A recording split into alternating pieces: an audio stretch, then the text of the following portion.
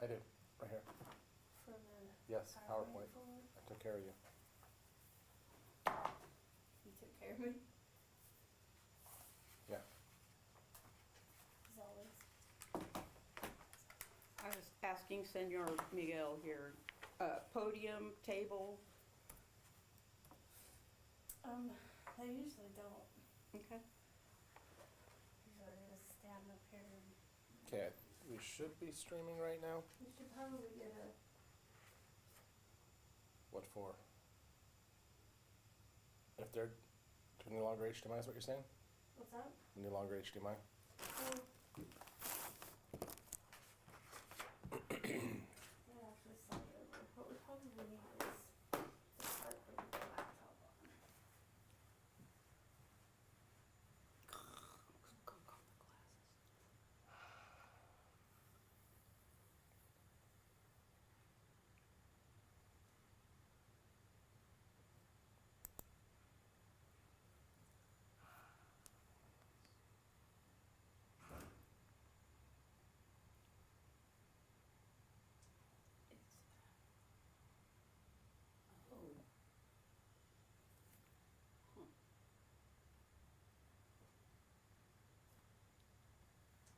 Huh.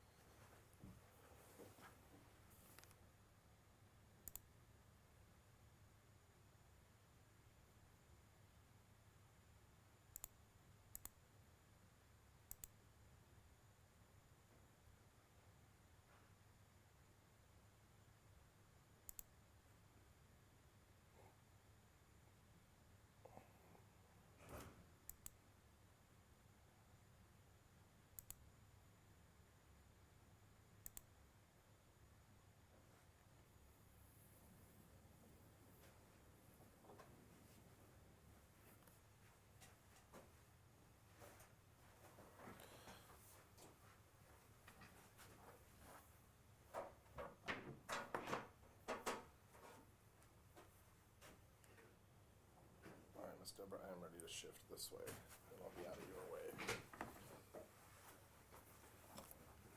No Woodies.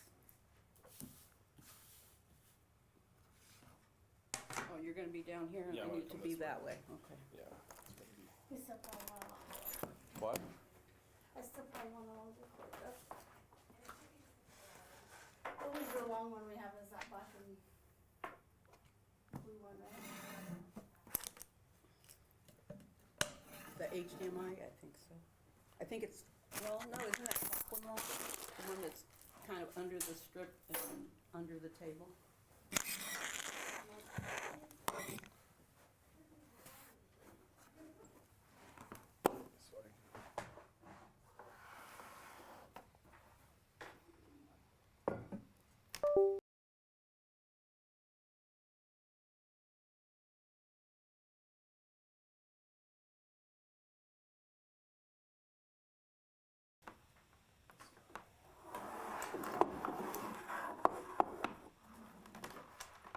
Should be able to.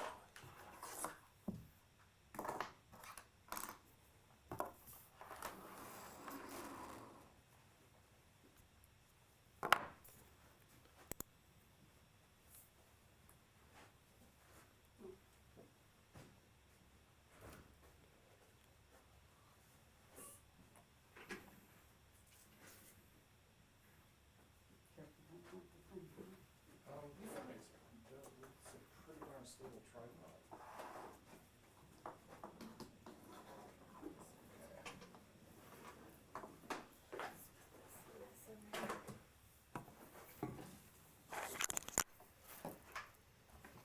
Okay.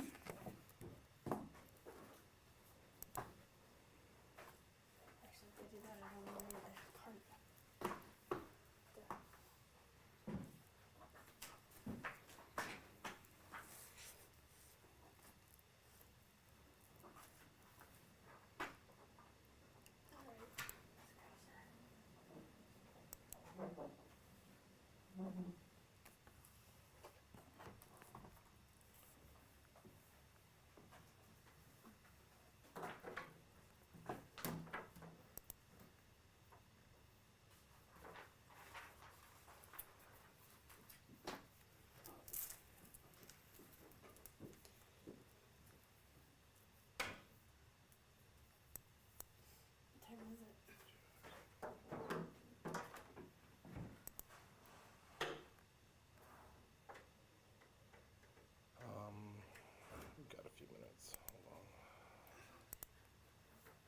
about 15 minutes.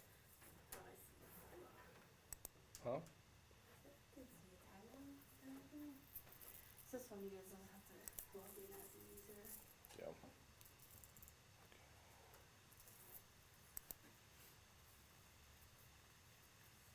Can you give your crew, can they come in and do like this kind of stuff?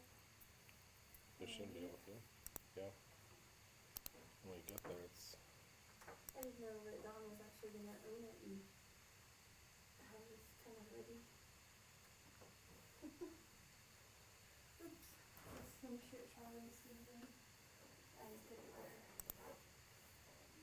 She didn't talk to anybody. I know, but.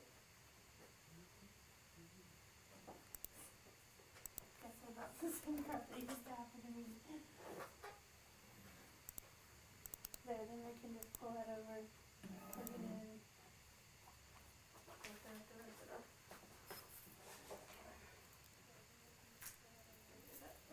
Isn't it? Oh, how did I push this back on?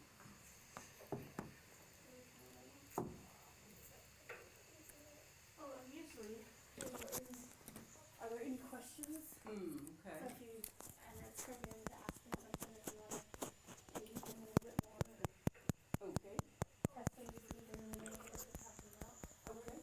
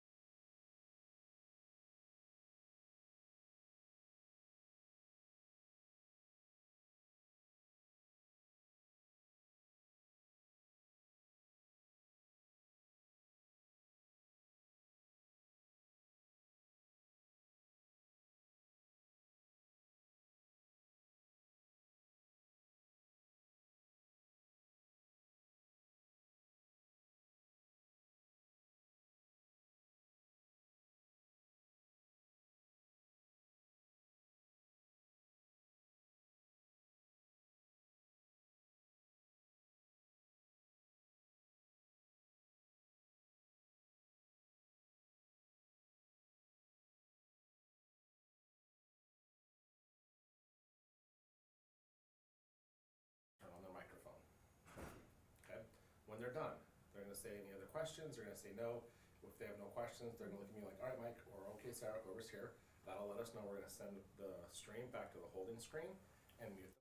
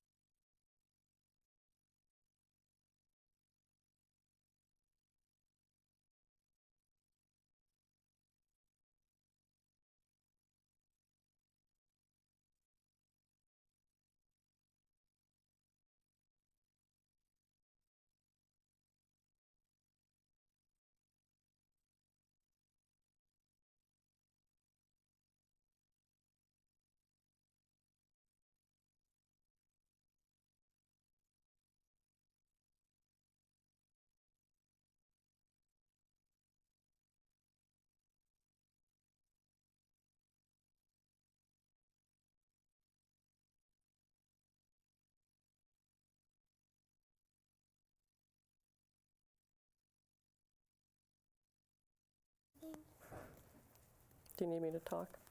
Good. Hello? So we got it. Alright, then we're gonna bring this back and put the rest of it in your pocket. Okay. So you don't have that all the way around. Cool. There you go. Thank you. Okay, I'll just be careful that I don't break it.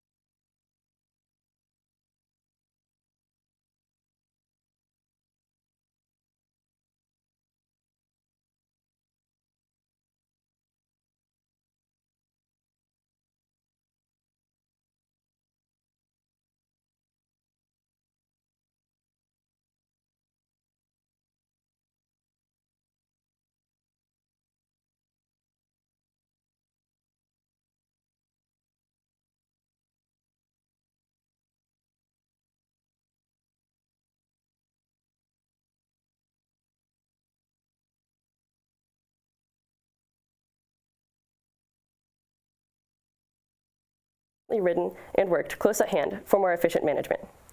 When building a barn, the three main factors to consider are safety, efficiency, and price. Today, I will focus on the ground level of a barn, the main structure, the barn's interior and the roof, and the inside of individual stalls. So you've got the property and the horses, but not the barn. What do you do first? As you dream about how large a barn you want, you also want to consider what location would be best.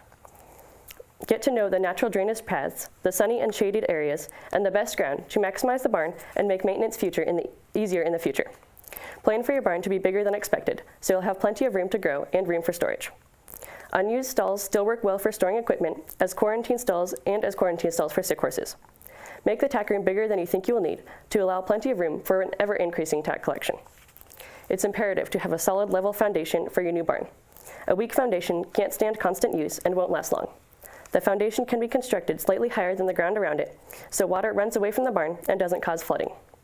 Compacted gravel and poured concrete make good foundation materials. Gravel is cheaper than concrete, but can shift after constant use and may need more added gravel over time. A concrete foundation has more longevity and is easier to keep clean. Once you lay the foundation, flooring is needed for cushioning and traction. Concrete alone is too hard and provides no give, which is harmful on horses' hooves and joints over time. Concrete can also be slippery when wet. All flooring options are expensive, but worth it for the traction and cushion for the horse's safety. Rubber mats work well for inside stalls, and interlocking pavers can line any length of alleyway. To save money, you can have newly poured concrete brushed to make it a rough surface for better traction, and then use rubber mats only in stalls and certain spots. The outside walls of the barn should be insulated no matter the climate, but especially with cold winters like North Idaho. Insulation keeps bad weather out and helps control the inside barn temperature. Make sure to plan the barn to withstand any type of bad weather extremes common to your area.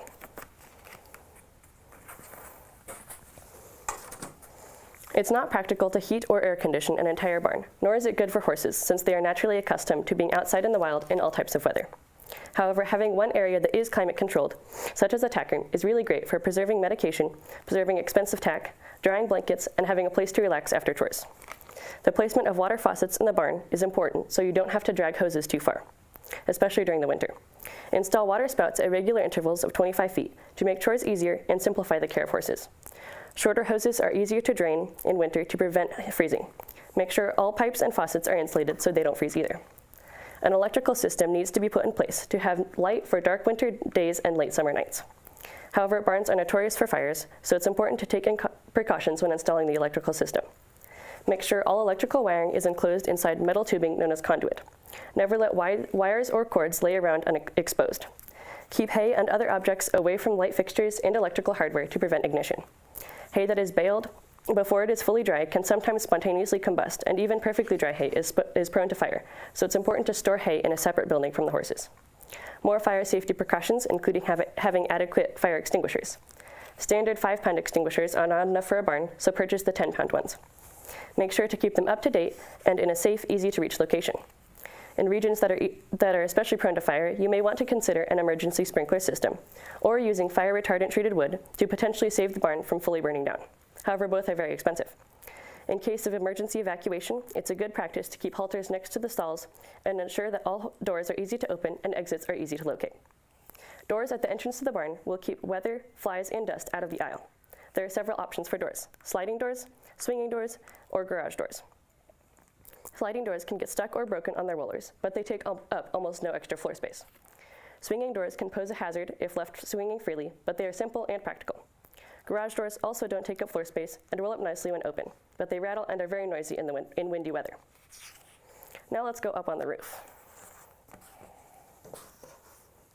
There are 4 main barn roof styles, but there are variations and combinations of any of these. Plus, there are many other different styles. No 2 barns are exactly alike, since horse owners have different needs and priorities.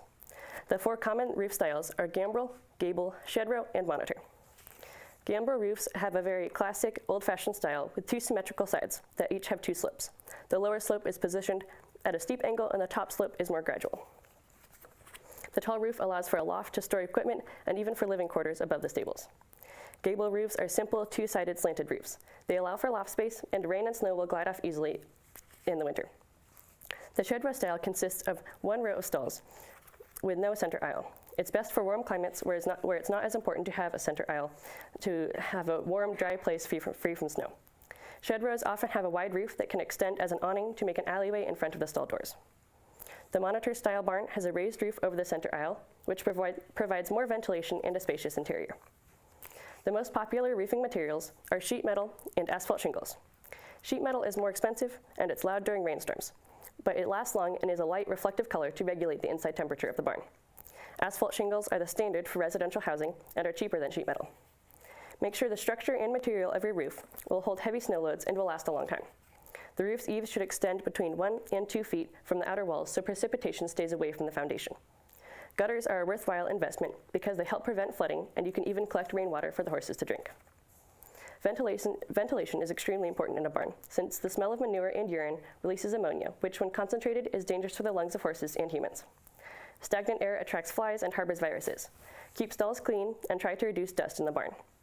Features to maximize airflow and promote ventilation include vents, cupolas, and dormers.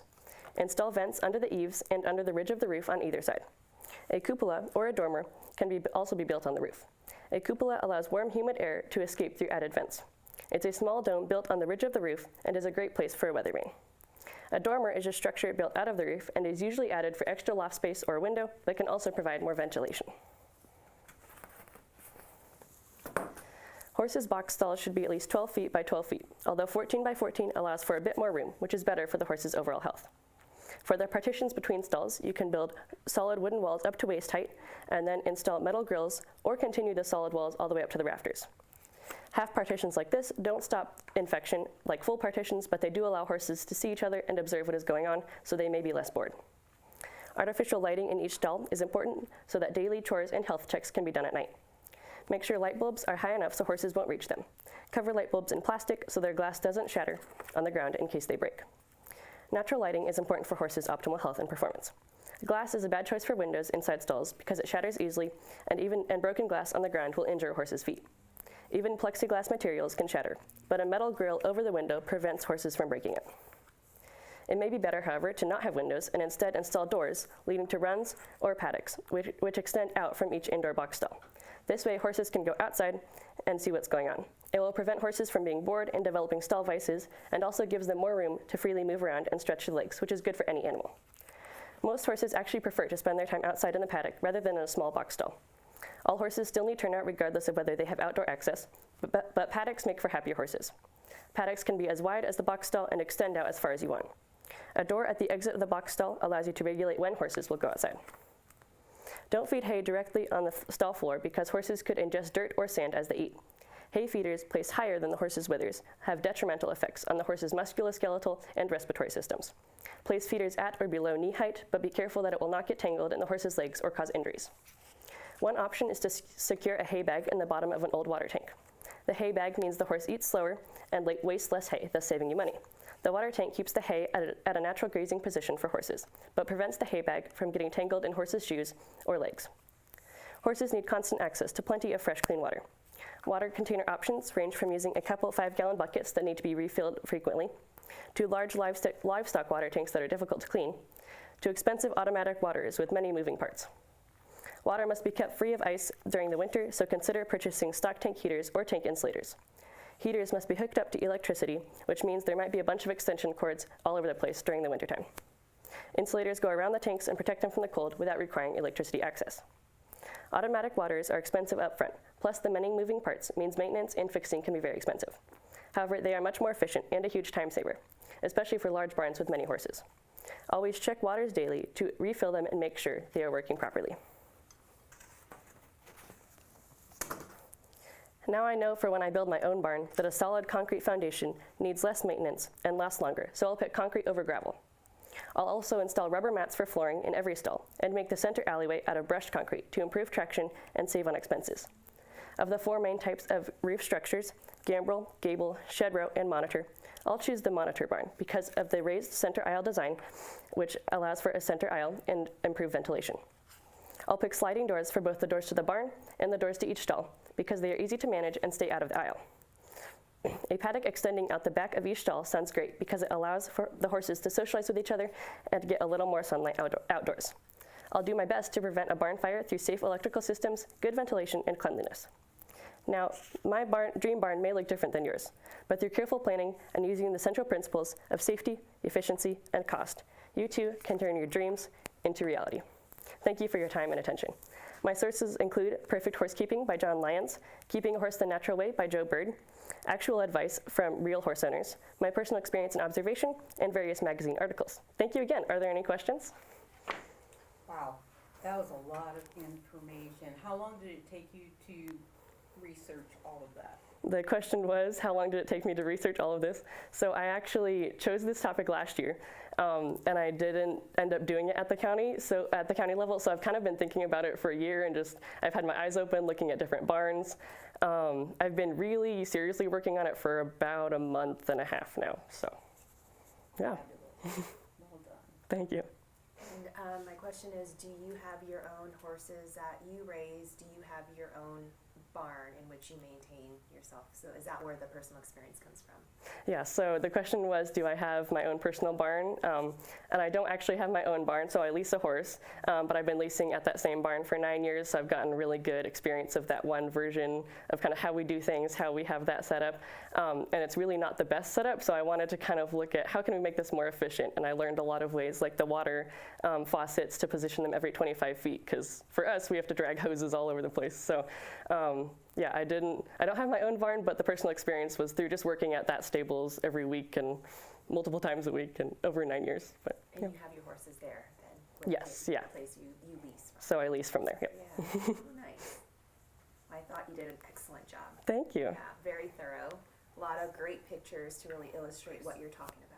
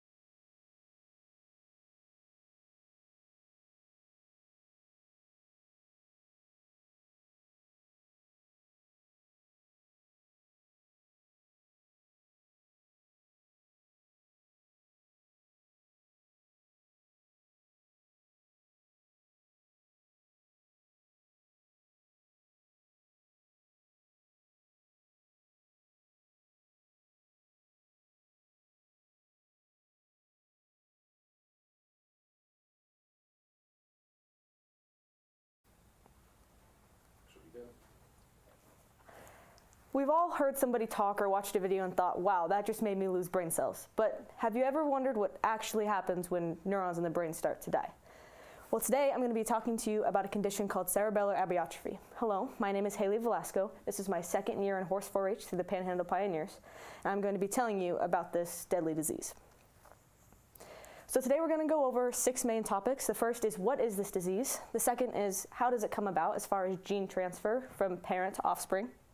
The third is the effects it has on horses, the symptoms that it can present, the diagnostic testing that can go over it and how we can get to a diagnosis, treatment options, and also some prevention. So first things first, what is cerebellar amyotrophy? Well, I'm glad you asked. Cerebellar amyotrophy is a neurological disorder that results in the death of the Purkinje cells, which essentially just allow for the death of neurons in the cerebellum, which ultimately affects balance and coordination. It also happens in other animals, specific breeds of dogs, cats, cattle, chicks, and specifically in Arabian horses. So the second thing we're going to be talking about is, how does it come about? In essence, the gene. So this kind of confusing thing is, I'm going to try to simplify it for you. So the first thing we have is the CASNP. So that is just, CA stands for cerebellar amyotrophy. So that's that mutation, and it's going to be taking place in the TOE1 section of the gene, which affects the MUTYH section of the gene. Now, without spending hours explaining this, it essentially leads to the effects on balance and coordination. And it is an autosomal recessive disorder. So that big word basically just means if an offspring has 2 little r's or 2 little letters, they're going to have the disease. So in this case, if we have parents that are both carriers, we're going to do a Punnett square, and essentially that's just separating the 2 letters and doing a cross addition type of diagram. So you're going to add these ones. We have big R, so it's going to be normal, not a carrier. If you have 2 big letters, they're not even going to be carrier or have the disease. If you end up with a big R and a little letter, so a big R, little r, you end up being a carrier. It means they don't have the disease, but they will still pass it on. And 2 little r's means they have the disease. So we're going to go through 3 different cases. So the first case we have is parent 1 and parent 2. Both parents are not even going to be affected, not going to be carriers, 2 big N's. So once we do the Punnett square, you can go down and check. It's going to be all big N's. So their offspring have a 0% chance of being carriers or being affected. Case number 2, we have 1 parent that's a carrier and 1 parent that's not a carrier. So we can go through, do the same thing, split up the 2, end up with 2 big N's on the side, a big N and a little a. Once we go down, we have a 50% chance of the offspring not being carriers, not being affected, and a 50% chance of the offspring being affected, being carriers, but not having the disease. And case number 3, we have parent 5 and parent 6. Both are going to be carriers. So same thing, we're going to go down, separate it, big N, which means we have a 25% chance of non-mutated, not affected, nothing at all. Then a 50% chance of having 2 genes that are carriers. And then our only ones that can actually be affected, our only disease carriers, are going to be 25% chance. So the max percent chance a horse has of having this disease is 25% chance, because you can only get them if both parents are carriers. So long story short, after all this, a horse can only be affected if both parents are carriers. Number 3, what are the symptoms? Why is this a big deal? What is the deal with it? Well, 6 ideas. So first one is going to be head tremors. So these horses get from mild to very violent head tremors, where their heads will just shake, and that can affect their balance and their dizziness. Number 2 is something called axtia, or poor coordination or muscle control, which will lead to number 3, the paddling of forelegs. So essentially, if you've ever put on glasses that are way too strong for you and you try to take steps, and it's like you can't really see where the ground is, that's exactly what that is. So they're going to be paddling, trying to find out where the ground is. And that is dangerous for not only them, but also for the rider, if there's a rider on top of them. The next is going to be a wide-based stance. Because of their poor balance, they're going to feel most comfortable in a wide stance so that they don't fall over. Number 5 is going to be a lack of a menace response. And a menace response is a big term for blinking, so they have a harder time blinking and it doesn't come as naturally to them. And then they're going to be easily startled. So that could be from poor vision because of how they have to paddle their forelegs, anything like that. So it's normal for me and you to walk up to each other and see each other, but when I have really strong glasses on and you're coming at me in like a different way, it's going to be much more scary. So that's how they would see it. So how does diagnostic testing work? What can we do for diagnosing this disease? So there are another 6 main things we can do. The first is called a spinal tap, and all that does is it's a neurological test just to see if there is a neurological disorder, but it doesn't actually tell you if they have the disease, but it will just tell you if they have a disorder or something wrong, especially in the cerebellum. That's really expensive, and for a non-definitive answer, it's rarely ever done. The next is a DNA test. So the DNA test does test for the CA gene or allele, but it will only tell the doctors if the animal is a carrier. It will not tell you if it is affected. So that's good for when you go to breed animals. If they are carriers, you're gonna not wanna breed them. So that's usually what's done for that.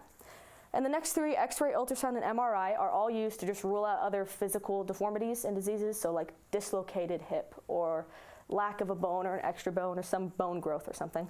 Those will just rule those out. And then the last one is a post-mortem test, which is the only way to actually definitively tell if this animal has cerebellar amyotrophy. Unfortunately, where they can fully examine the cerebellum and see the effects that the death of the neurons has taken. So what are the treatment options?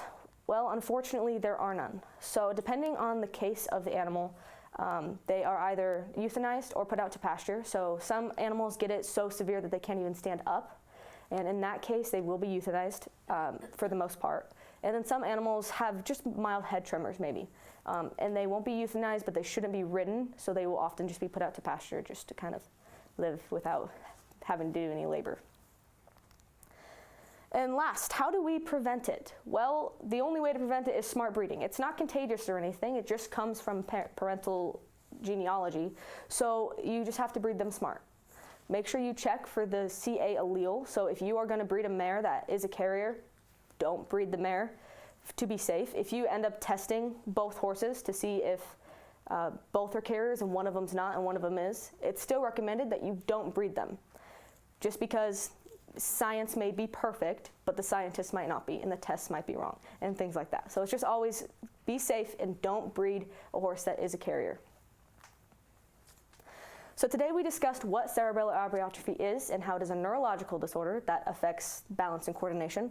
We discussed the gene and the Punnett square and how we kind of got to that, and we discussed that only you can only have the disease if both parents are carriers. We discussed symptoms such as head tremors, axtia, piling of forelegs, and things like that. Different diagnostic testing from spinal taps to MRIs to post-mortem testing. Different treatment options to try to figure out what we can do, and we discovered that there are none, and that it's usually just euthanasia or pasture life. And lastly, the prevention, which is just smart breeding. Thank you for listening. These are my sources. Do you have any questions?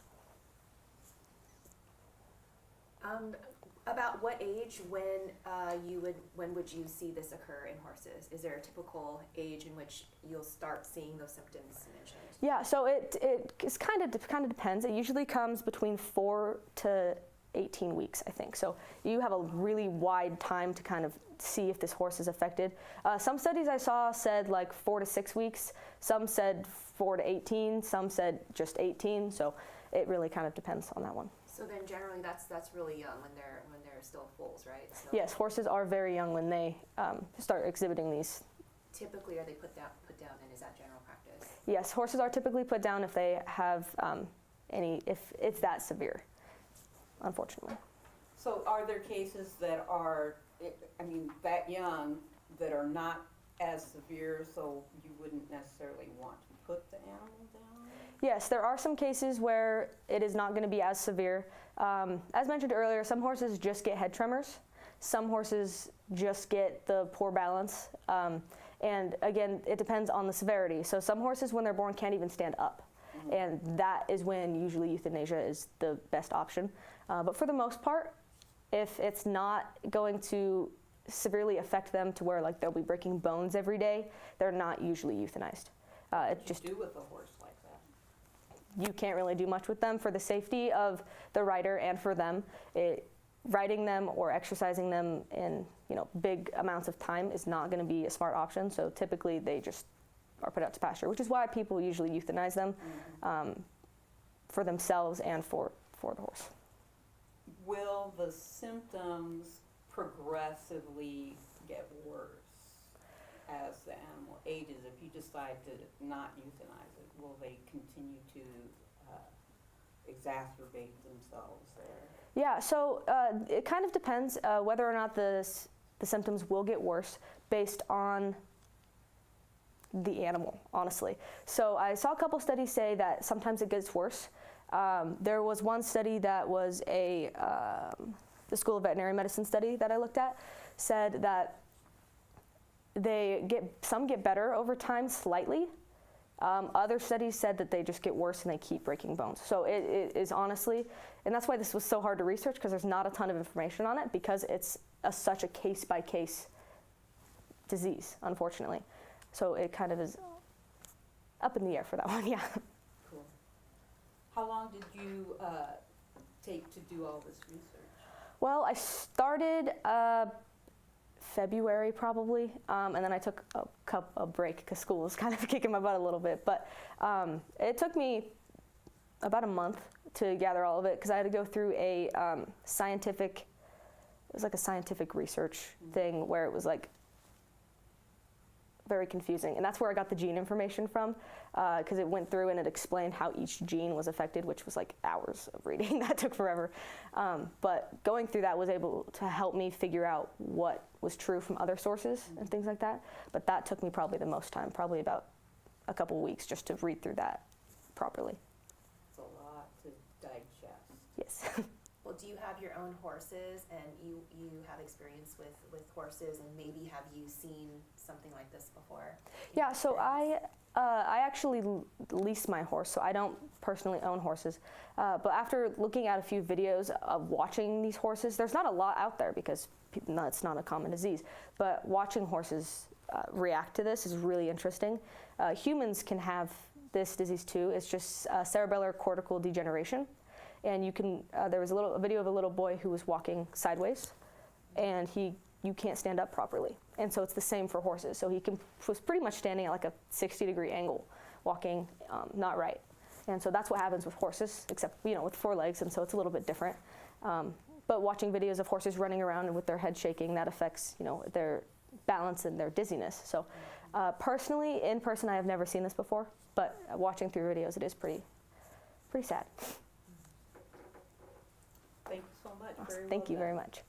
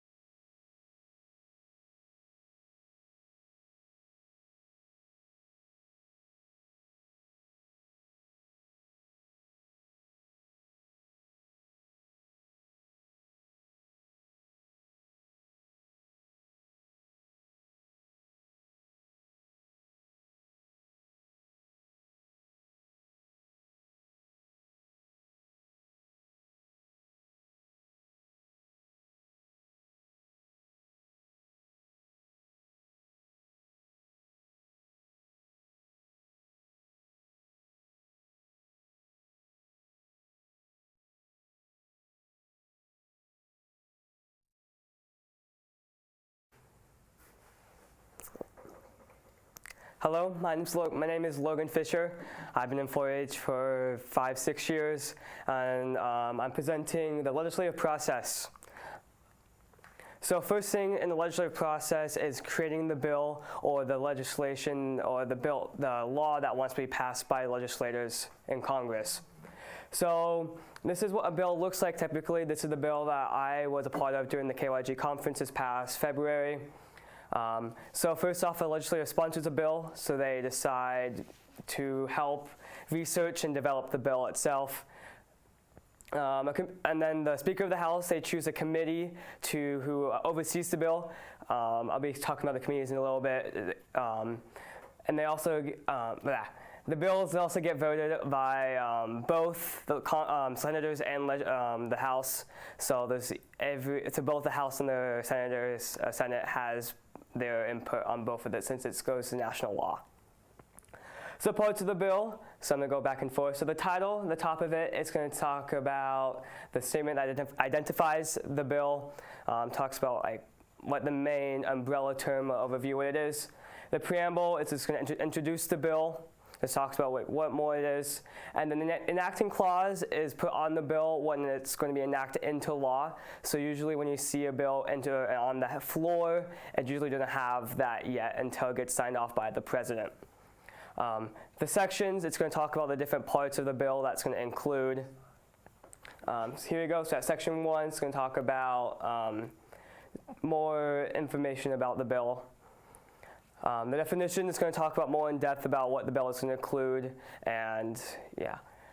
The amendments, that's going to part during the committee and House floor process, where some of the legislators don't like what's on the bill, so they can amend it to change it to how it would be the best for our country.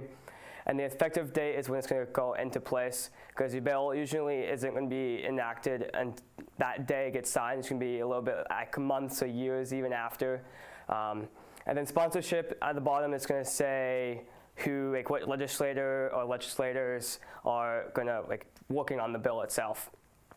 So talk about the committees is the first major step of a bill. So the bill starts the process with the committee. The committees are separated into different groups in a way. So you got the Transportation Committee, the Education Committee, Agriculture Committee, and Space Technology Committee. Some examples of committees. Committees are composed of legislators that are more experienced in the field that they are. So when you go into the Education Committee, the more educated focus. So they used to be teachers or just worked in the school systems and they know how stuff works.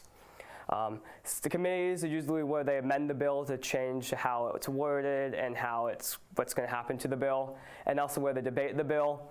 The biggest part of the committees is that there's going to be a public hearings, so the public can talk about this, voice their opinions, and add feedback to the bill.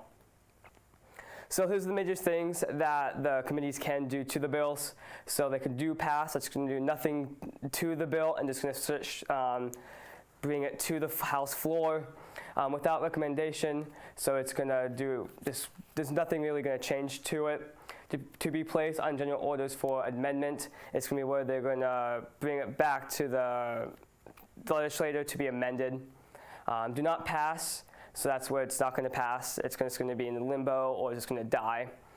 Withdraw from privilege of introducing another bill. It's going to attend only and refer to the clerk's office referral by the speaker to another standing committee. That's where it's going to be a bill's going to change committees. So here's recommended bills. Bring up my. So here's some. So the bill I worked on and I was amending.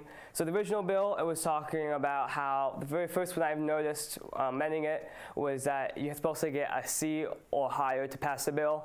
I believe I was the one who amended it or made the motion to amend it, where it's changed from a C to a D because if it's a required personal finance, they want to make that a required class for high schoolers.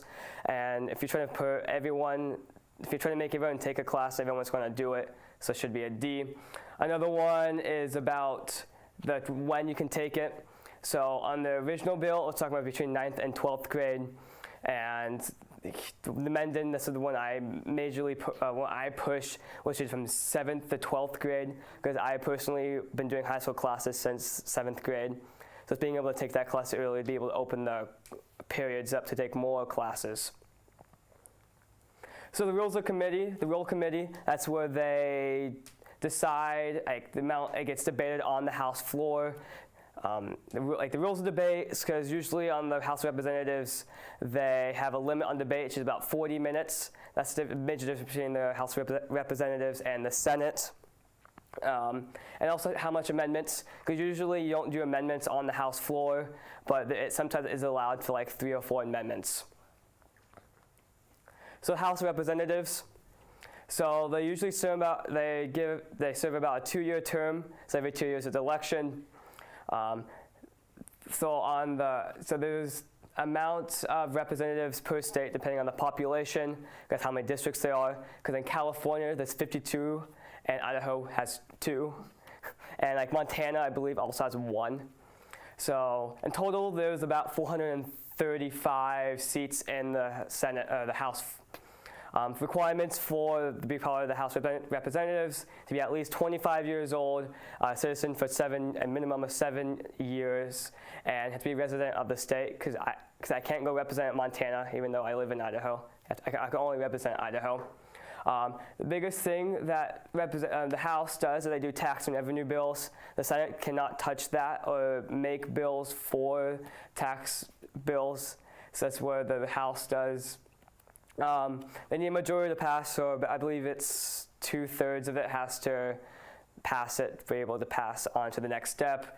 The House has the power to impeach any elected officials. And then they also decide presidential elections if it's a tie. So the Speaker of the House, that's like the main guy in the House. They set the calendar. They decide what legislation gets considered during it. So it's usually like they want to push their political agenda. So stuff they don't completely agree with, they'll push out to the side. They influence the rules, the Rules Committee, and they also decide what committee gets a bill. So here's the Senate. So he gets 2 senators per state, no matter what the population is. So it's a total of 100 senators in Congress right now. They serve about 6-year terms. So how they have it is about every third of Congress, third of the Senate is replaced every 2 years. So it's always someone in the Senate that has experience in what they're doing.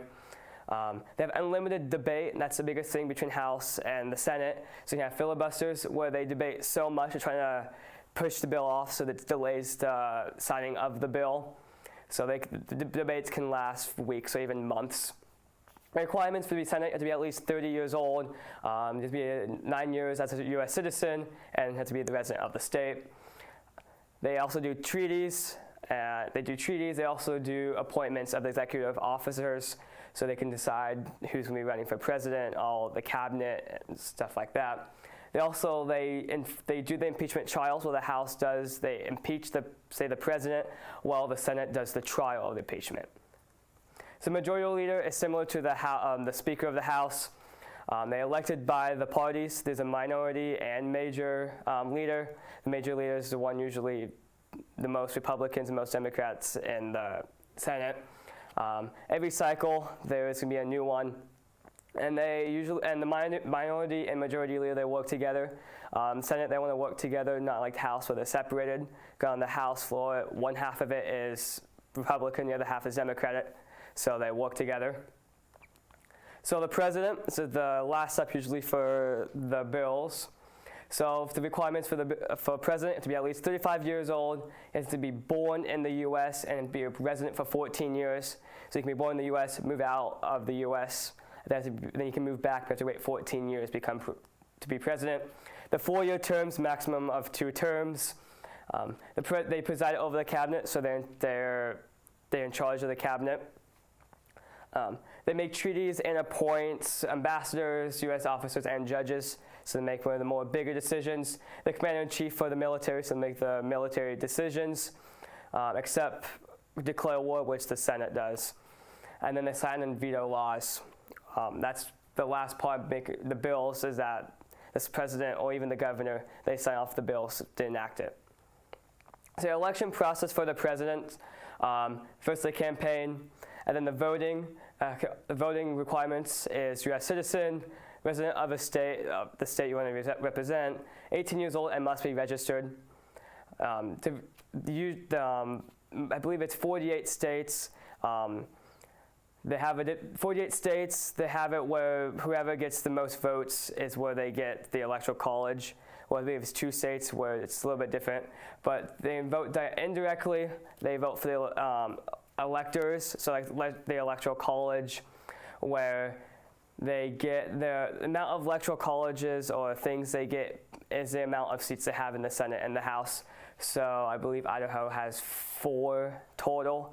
So Idaho, when we vote, say, Republican or Democratic. The most votes, say, we vote for the most Republican. All 4 electoral college votes are all Republican. So in most states, I believe it's like Nebraska and this other state where it's a little bit different. So there's 435 people total in the House, so the 435 electoral colleges. There's also 3 for Washington, D.C. because, yeah, they don't have any, they have 0 seats in the South, the House or nor the Senate because they're not a state. To win the election, they have to get more than 270 votes. And if it's tied, that's when they get to the House. So thank you. Any questions? Wow, that's a lot of information. Yes. So I know you said that you went to the KYG. KY thing. Was that where your ideas for your presentation came from? Did you know a lot about it before you went to the KY? So I chose the legislative process because I did the legislative track down in Boise this past year. So I learned more. I learned about this. I was able to be part of a committee. So that's where I did a lot of information in the committee. Then last year, I did my own presentation on the judicial system. I did the judicial track. So yeah. Very well. And that bill that you were involved with for that same conference, that KY conference, is that an actual bill or practice? That's a practice bill. Okay, So that would be a good one, actually. So the steering, Surprised yeah. it's not a thing. Yeah. So the steering committee, actually I got selected to be on. They in July, they go down and create these bills. So it's, yeah. Oh, wow. So I was selected to be part of this. So I'll be able, in July, I'll be going down and creating bills for the next year. Real bills or again practice? Oh, practice bills, yeah. Okay. Do they consider these practice bills that kids come in practice with as actual? Would they possibly I don't believe gather the information and say maybe we should introduce things like this? they're probably, there are legislators that do help out.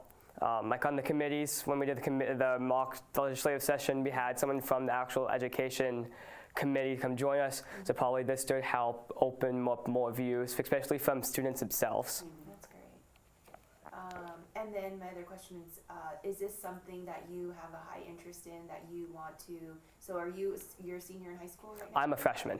Oh, you're a freshman? Yes. Okay. Are you do you feel like you want to continue your studies in law? A little bit. I'm currently going into engineering, but I've always had a lot of interest in politics, so like the judicial and legislative. So I also did learn a lot about the legislative. Well, I thought only had to go to college for law to be able to be legislator, but being able to talk to other legislators, how the one I actually worked with on the education committee was a teacher for 15 years and then joined the legislative. So I learned that anyone could be a legislator. So when I retire from engineering, I might consider becoming a legislator. Thank you very much. Wow. Good job. Thank you.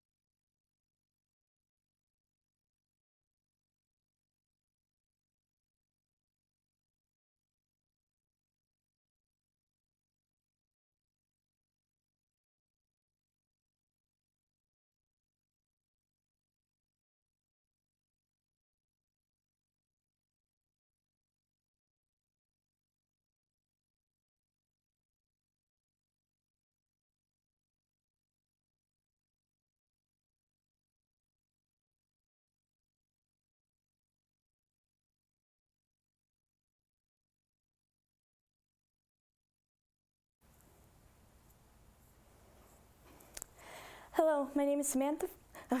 Hello, my name is Samantha Funk. I'm 13 years old. I'm in the Northwest Rangers 4-H Club in Kootenai County. I've been in horse 4-H for 2 years and 4-H for 3. Today I'm going to present to you mane braids, body clips, and why they're important. This question has been asked for a while. Why braid? Simple. Braiding can help maintenance your horse's hair, keep it out of equipment, and create a fun bonding experience for you and your equine friend. Not only is braiding fun and relaxing, it could also add a little flair to your horse's style, in and out of the show ring. The original purpose for braiding was to keep it out of the equipment. Now braiding is used as a decoration and status symbol. Braiding shows how much the rider takes pride in how their horses look. In this presentation, you will learn about different basic braids for maintenance, English hunter, eventing, and Western pleasure. Maintenance. Braiding to train mane. Comb the mane to the side of the neck which you want it to fall. Start a 3-strand braid.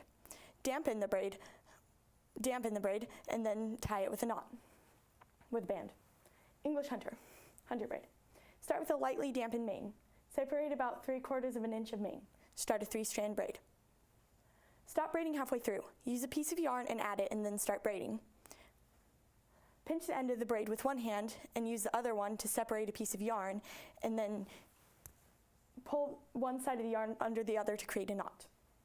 Push the end of the braid through the top of the braid to create a loop. Feed the loose ends of yarn through the loop. Tie the yarn in a knot under the braid. Bring the loose ends up to the front of the braid and tie a knot. Use scissors to cut the extra pieces of yarn. Do these steps for the forelock as well. Eventing knots. Start a 3-strand braid. Start at the bridle path and part off about 1.5 inches to 2 inches of mane. Start a 3-strand braid and tie the braid into a knot by turning it on top of itself so it forms a circle. Bring it over and under to create a knot. Finally, put a band over it so it stays. Continue down the forelock and the mane as well. Western banding. Start with a dampened polled mane. Separate about 1/2 inch wide of polled mane. Wind a rubber band tightly around a separate lock of mane. Repeat this process down the neck and forelock. And before I go on to body clipping, I'm going to stop here just for a little bit to just talk about rubber bands. So I have a couple different kinds of rubber bands here. I have the rainbow ones. These ones I wouldn't use in a show because they are not professional looking. If you're just going on a trail ride with your friends, this is the perfect choice. Then I have my white ones. They would go best with a gray or a black horse. These ones can go with basically anything since they're black, because black goes with everything. And gray, I would only go with maybe a black or a gray horse. Body clipping. Clipping, why is it important? One of the most common reasons why horse owners clip their horses is to help regulate the temperature. It may also assist in your horse's shedding cycle and can make horses with Cushing's disease more comfortable. In this half of the presentation, I will talk about different variations such as the full, the hunter, the blanket, the chaser, and the Irish clips. The full clip. This is where all of the body is clipped, including the head, the ears, and the legs. This is for horses in medium to hard work competitions. Since this leaves the horse with no protection from the cold, it requires attentive stable management. Hunter clip. Just like the full clip, you would cut off most of the body, except for apart from where the saddle sits and the legs. Just like the full clip, it requires heavy stable management. Blanket clip. Blanket clip is generally the choice for horses in medium to hard work competitions and turned out during the day when the weather becomes better. You would only clip the places where the horse primarily sweats. Chaser clips. The chaser clip is very kindred to the blanket clip, except you would leave the hair on the neck to help warm the muscles. Irish clips. The Irish clip is most likely easiest and quickest to do. Usually mainly for young horses or horses who exclusively do light work. You would only clip the horse where the horse primarily sweats. And now I'm going to talk about some of the things I have here. I have my clippers. These are just for the entire body. And before you just go clipping your horse, if it's your first time or if it's your horse's first time, even if it isn't your horse's first time, you should still get them used to it. You just start by turning it on, getting them used to the noise. You should let them sniff it, and then maybe you should rub the back end of it onto them just so they feel the vibrations and stuff, and then you could start some light clipping. I have my big brush here, my large one. This can be used for tails, but I use it for manes when they have big knots and when I'm not going to be braiding. Not a big fan of this one because it's so flimsy and it doesn't get out knots and stuff, so this is just when I just want to get little knots and stuff. This is for pulling. This is a small comb. It can help with pulling a mane or separating pieces for braiding. These are my scissors. So let's just say you just banded your horse's mane, so beautiful, 2 minutes before your pleasure class, and you notice there's a hair sticking straight up. All you have to do is cut and go, and you don't have to use clippers. It's pretty good, and you don't have to redo the mane. And then I have some things here. This is my example of a maintenance braid. This is my example of an English hunter braid. These are eventing knots, and these are Western pleasure. And I have some interesting facts about each of them. In the olden days, for English hunter, if you were a lady, you would have 13 braids in your horse's mane. If you were a gentleman was riding, there would be 11. And another cool fact for eventing knots is that eventing actually used to be called the militaire and was a test for cavalry horses. And for Western mane banding, I bet you guys didn't know why you band their manes. The reason why you band their manes is so that they aren't just flopping around with every step. It's to make their gaits appear smoother. And if their gaits appear smoother, you get a higher ranking in the class, because the entire purpose for Western pleasure is to make the horse's gaits appear smooth and that they're a pleasure to ride. My sources were Braiding Manes and Tail by Charlie Lewis, Horses, Horsey Hooves, I Heart Horses, and the Appaloosa Journal. Are there any questions? Do you actually braid your horse's hair yourself? Do I actually braid my horse's hair? Yes, I do. I love braiding. I do it for competitions. I do it at home just for fun. Are there people who do braiding and that's all they do is come in and do the braiding for people? Well, are there people who just do that for a job? Yes, there is, and you could actually make a lot of money off of it, like for Western pleasure shows, because I'm pretty sure the showmans do not want to take all their time. They want to take time grooming, but they don't want to take the time banding, because that takes a very long time. And you could actually make a pretty good amount of money off of it. That's pretty cool. Yeah, that is. So as far as hair decoration, or would it be I'm just thinking human hair, but you could add decorations too. You could add glitter, you could add everything. Oh yeah, there's like, you could put sparkles in it, and you could put flowers, but probably don't do that for shows because you want to look professional and nice, and not make your horse look, whoa, I'm going on a rodeo or something like that. So if you were in a parade or something, you would be able to use. Yeah, parading's really fun. Like that. Yeah, it just gives your horse a little extra pizzazz. And I need to say something about braiding. Do not braid or brush your horse's hair every day because it thins out their mane and tails. That was one of my questions, like how do the horses tolerate this? Like you have to be gentle and they're okay with this? It's just like braiding your own hair. So when you're brushing it, you just gotta hold it so it doesn't hurt them. And then just not too much. And then and I was going to say that right after you're done, like you get into the competition, you're done, you won first place or something, you gotta, right when you get back to trailer, take it out. You don't wanna irritate them and you don't want their manes getting all knotted. Excellent. Thank you so much.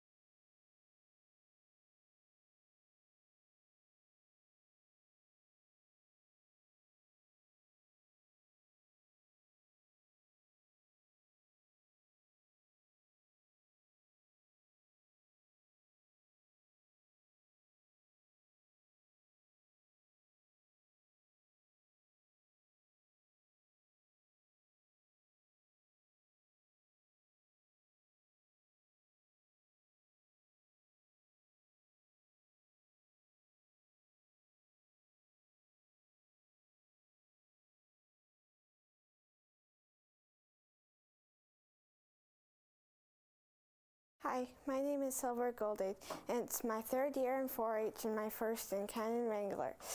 And today I'm excited to tell you about my topic. Today I'm going to tell you how to properly weatherproof or treat your saddle. It's important to treat your saddle because it will last longer and it will look much healthier.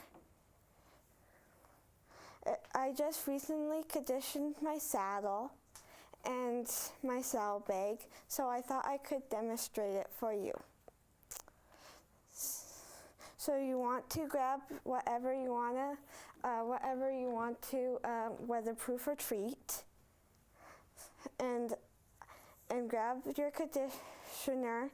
I picked the Freebie brand of saddle soap. There's many different kinds and types of stuff. There's even spray, but I like doing the soap because I can see what I have done. And step number 2, you want to grab a rag and get a little bit of soap and just rub, and then just make sure it's all nice and smooth, and you'll get a little extra stuff on it. So you want to grab another thing and wipe some off, and then you want to grab, and then your 4th step is you want to make sure it has a good lather to it. Because even that you took some of the excess stuff on, you want to make sure it's all nice and done.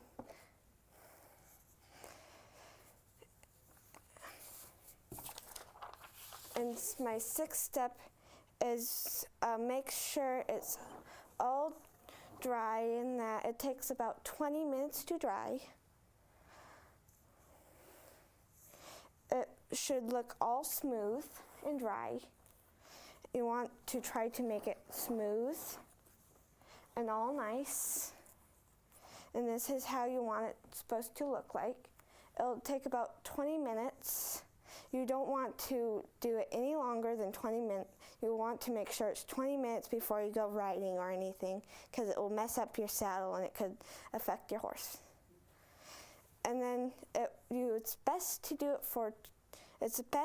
it every 1 year, you would say. But if you get in a storm or something, your saddle gets wet, you want to grab like a little bit, like barely anything, and just wipe some off. Just wipe some and let it dry, for it's much better, for it doesn't ruin it or get less waterproof. And then my conclusion is that it's really good to do this for it'll last longer, because saddles are really expensive and that. So, and you want it to look nice and that, so you want it to look healthier. Do you have any questions?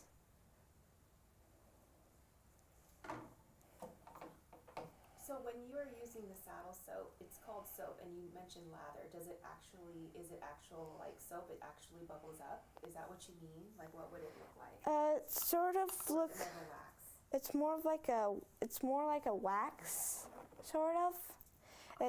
It's like a lotion, sort of. It's called soap, but it's more like a lotion. So water's not involved? No. Okay. How old is that saddle? I got this probably 2 years. Is it 2? You've been taking good care of it, I can tell. Mhm. How often have you used that product on your saddle? I've been riding it all summer. So how many times have you cleaned it? Cleaned it I probably like dusted it, and that probably like every week or something. Cool. And this is your personal saddle? Yes. And I got this, and my saddlebag I got this year at the 4-H show. So this is newer. Excellent. Very good, and it's beautiful. Okay, thank you. How long have you been taking care of a saddle? Not just this one, but in general? This is my first saddle. And 2 years you've been taking care of it. Did you 2 do or red 3. saddles before that? No. No.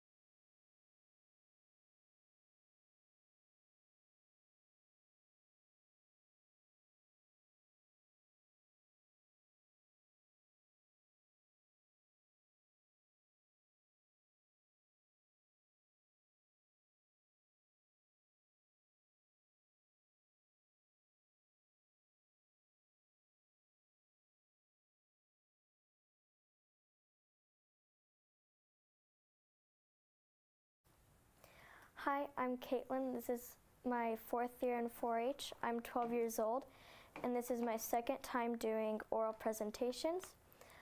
I am doing dairy goat, pack goat, family flock, and horse as my 4-H projects this year. I will be talking to you about lameness in horses. The title of my presentation is If Your Horse is Acting Differently, This is What It Might Be. What is lameness? Lameness is a generic term. The definition of lameness is the inability to walk correctly or unsoundness due to physical injury, weakness in the legs, or extreme pain. Where does lameness start? Lameness starts in the bones, ligaments, tendons, muscles, and joints.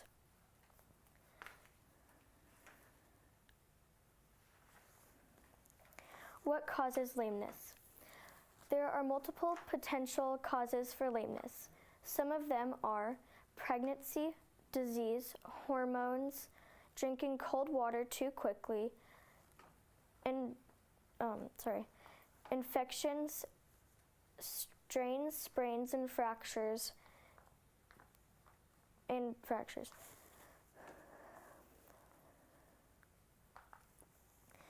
Lameness has 4 categories.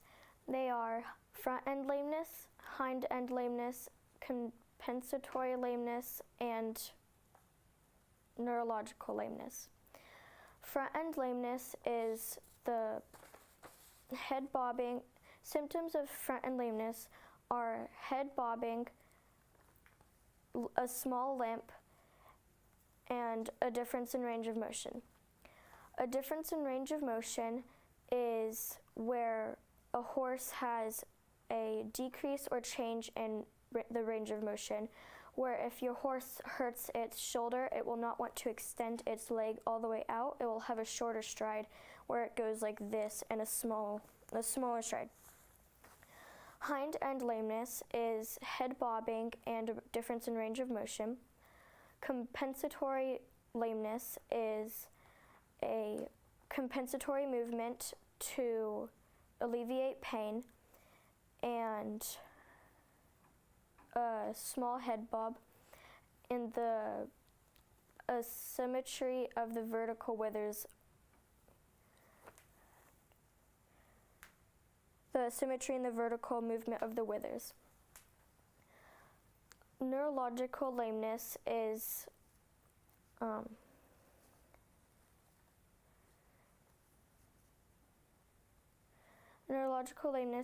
a small limp and abnormalities in the range of motion, which comes and goes.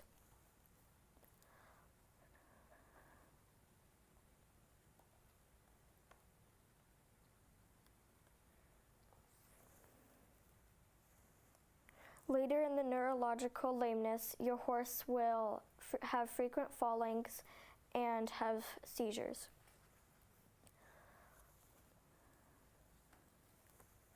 A common cause of lameness is laminitis, a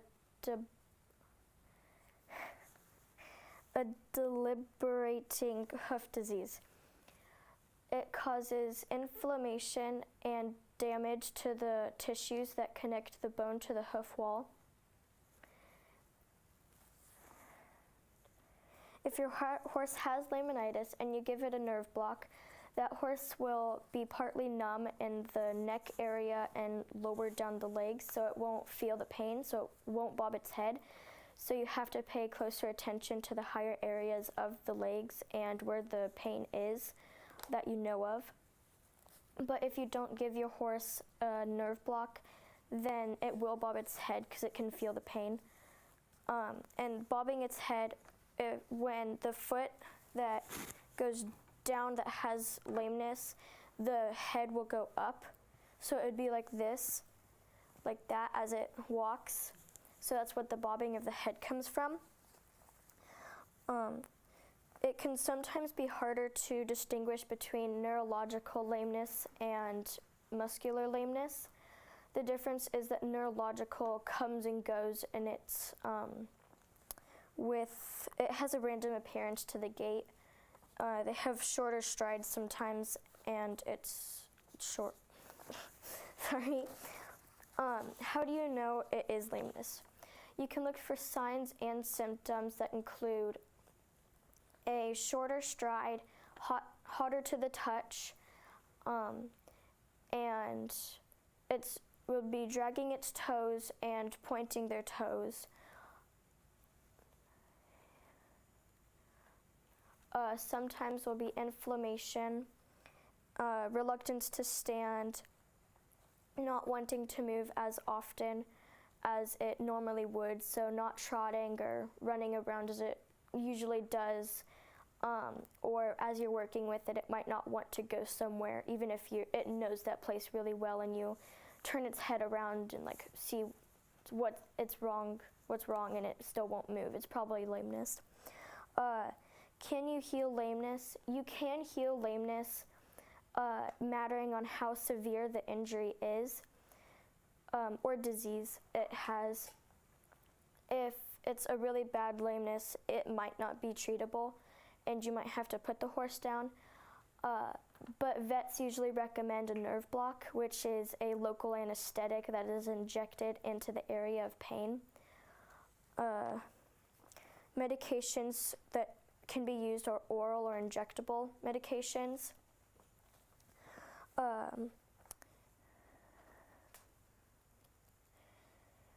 In summary, I have explained to you what lameness is, how to see it, and different types of lamenesses. Sadly, not all horses can recover from lameness and have to be put down because it is too severe when noticed or left untreated. Thank you for listening to my speech on lameness. I hope you enjoyed my speech and it was informative and not as lame as the topic. Does anyone have questions? Have you ever experienced lameness in any animals you personally encountered? One of my horses got spooked by a bull, and he cut his leg, and he has a slight lameness. But he mostly recovered from it. He just has, sometimes when it's colder, he has some troubles with it. So a horse can recover from lameness? Yes, if you catch it at an earlier stage and it's not too bad. You answered my question. I was wondering if you have personal experience, if you have your own horses that you take care of. So it's just something you need to look out for and have this knowledge about horses, right, to take care of. Yes, you do have to have the knowledge to take care of your horses on lameness.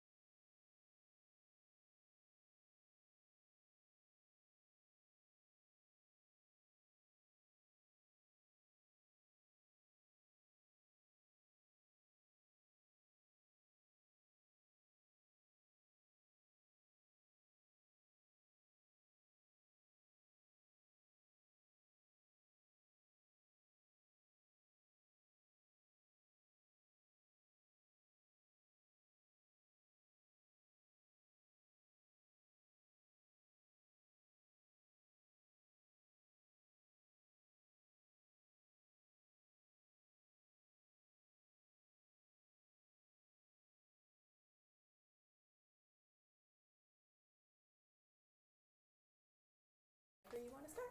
When the normal doesn't work, all animals need food to replace body waste and stay in good condition. Squirrels eat nuts, rabbits eat carrots, and people eat drive-through. But since a horse can't fit with you in the car with you to grab a burger, here's some feeding tips. Hi, my name is Savannah Meyer. This is my second year in 4-H, and I am with Panhandle Pioneers 4-H group. Grass is the horse's natural food, but in most cases it has to be replaced and supplemented. There is a wide variety of horse feed available than ever before. With scientifically prepared mixtures, compounds, and specialty grains, these can provide a healthy diet and make feeding easier. But the simplest solution is not always the best. The question of what to feed, how much, and what to do when the normal doesn't work. The skill of good feeding lies in understanding the individual needs to each horse or pony, taking into account his type, size, and age, physical condition, and the required of them.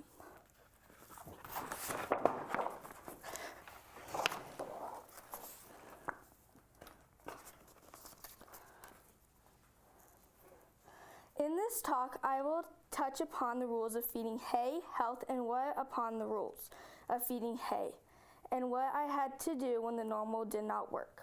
Horse feed consists of roughage, such as grass and hay. Hay is an essential fiber to add the digestion process, which provides energy. Some rules to remember when thinking of your horse feed. Feed only good quality hay and grain. Keep buckets and mangers clean. Store feed in a clean, dry place or container to avoid vermin or mold. Protect feed and hay from the rain or damp ground. Hay is the best when the hay has been cut after flowering but before producing seeds. It should contain good and nutritious grasses and not weeds. Hay taken off neglected pastures will lack nutrition. Never feed moldy hay or musty hay. It could seriously damage to a horse's respiratory system. A good bale of hay should fall apart when the string is cut. Chopped up hay or chaff is ideal roughage to mix with grain. It makes the horse chew well and adds digestion. Meadow hay is taken from permanent pastures and should contain many nourishing herbs and flowers. It is softer, lighter, and greener than seed hay, and is usually less nutritious. Seed hay is a special cultivated crop of nutritious grasses such as timothy and rye. Moldy hay is not palatable or safe to feed to horses. A few ways mold can occur if the stem moisture is not dried properly before baling or being rained on and not dried down correctly or not stored properly. A small nail hole will let in water and could cause lots of damage.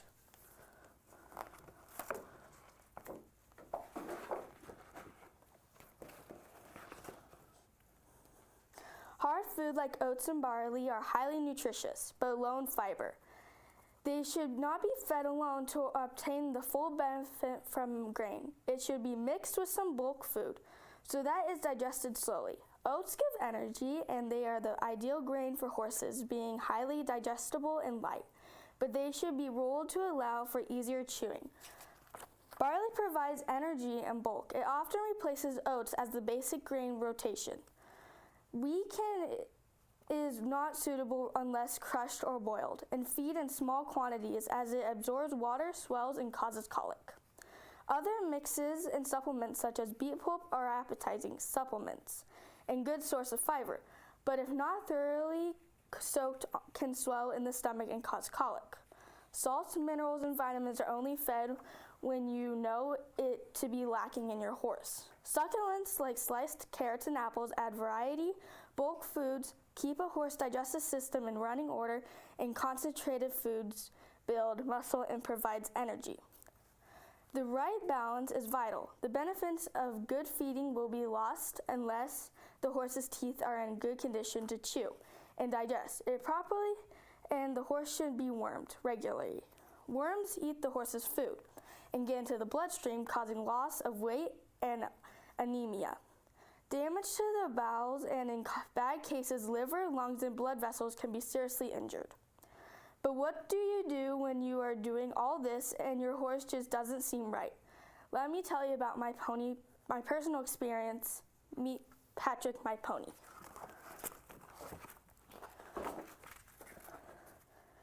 We lost our other pony, Rusty, and Patrick just seemed to be sad, so we kept an eye on him, but he seemed to be acting more and more lethargic. We called out our vet, and she drew blood. Blood work came back normal. Patrick just seemed to be getting worse and worse. Liquid manure, just wanting to eat, just plain sad. We had our vet come out again. After some medication, we decided to float his teeth again, which we had did that spring. But Patrick's teeth were ground down to almost nothing. So the poor guy just couldn't chew his food. Now Patrick has a whole new way of eating from the traditional way of just throwing out hay. He gets beet pulp with senior grain every night and put into his own pen so he has all night to eat as slow as he needs to. Beet pulp is a wonderful source of fiber and helps keep Patrick's digestive system working smoothly.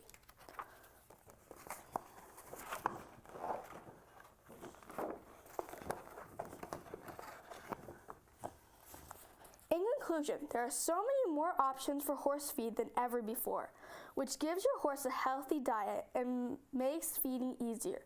But remember, easier is not always the best. Some feeding tips I follow all the time are to feed only good quality hay and grains, keep buckets and mangers clean, and make sure your food is stored properly. Hay is the most popular way of feeding horses. Meadow hay is from permanent pasture. It is softer, lighter, and greener than seed hay and meadow hay.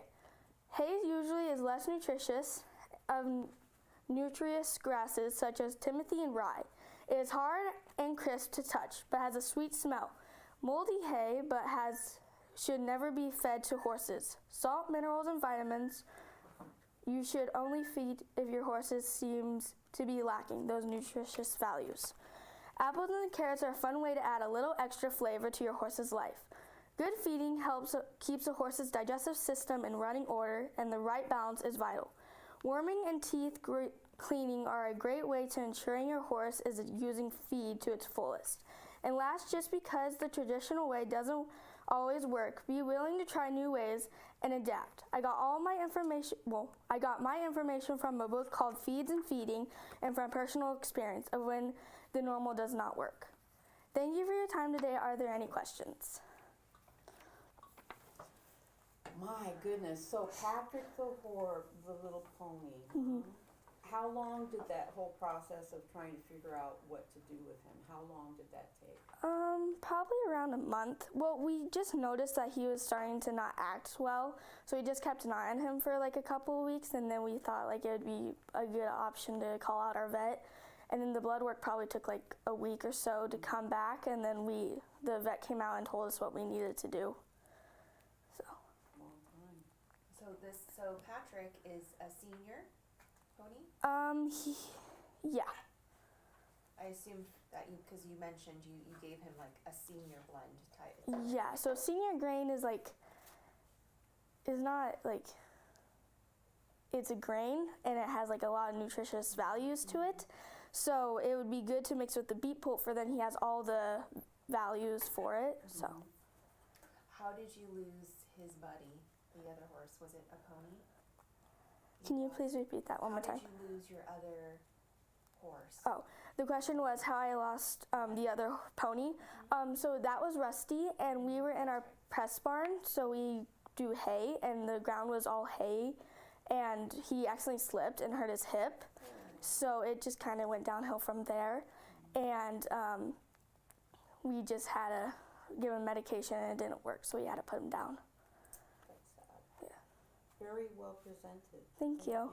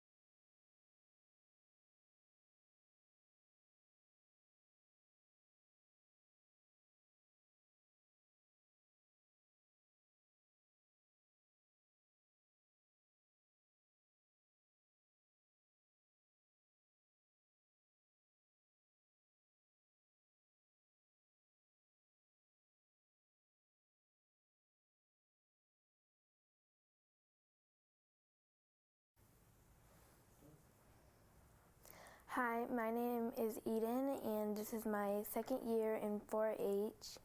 And today I am going to be talking about paint.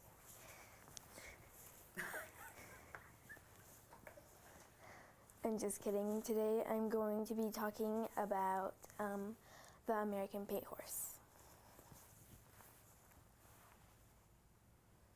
The reason I picked this topic is because every time I ride my horse, people always say how pretty he is and that they love his color. I believe that's because he's a paint horse. This is my horse Tango.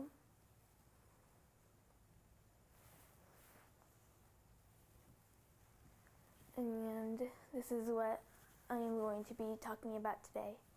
The history of the American paint horse, defining colors of a paint horse, the difference between a paint horse and a pinto horse, and finally, the uses of a paint horse. Topic 1, the history of the American paint horse. The American paint horse is a breed of horse that combines both the conformational characteristics of a Western stock horse with a pinto, spotting patterns of white and dark coat colors. They can only come from either breeding quarter horses and or thoroughbreds. The American paint horse originated in North America after a Spanish explorer brought 17 horses sporting distinct coat patterns to the New World in the year 1519. Topic 2, defining colors of the American paint horse breed. There are 4 major color coat patterns of a paint horse: Overo, Tobiano, Tovero, and solid colored. The Overo, the white usually will not cross the back of the horse between its withers and its tail. Generally at least 1, and often all 4 legs are dark.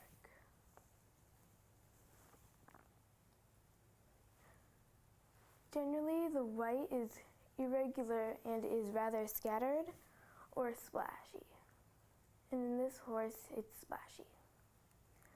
Head markings are distinctive, often bald-faced, apron-faced, or bonnet-faced. And this horse has lots of white on its face. An Overa may be either predominantly dark or white. The tail is usually one color. The Tobiano. The dark color usually covers one or both flanks. Generally, all 4 legs are white, at least below the hock and knees. Generally, the spots are regular and distinct as ovals or round patterns that extend down over the neck and chest, giving the appearance of a shield. Head markings are like those of a solid colored horse solid, or with a blaze, stripe, star, or snip. A Tobiano may be either predominantly dark or white. The tail is often 2 colors.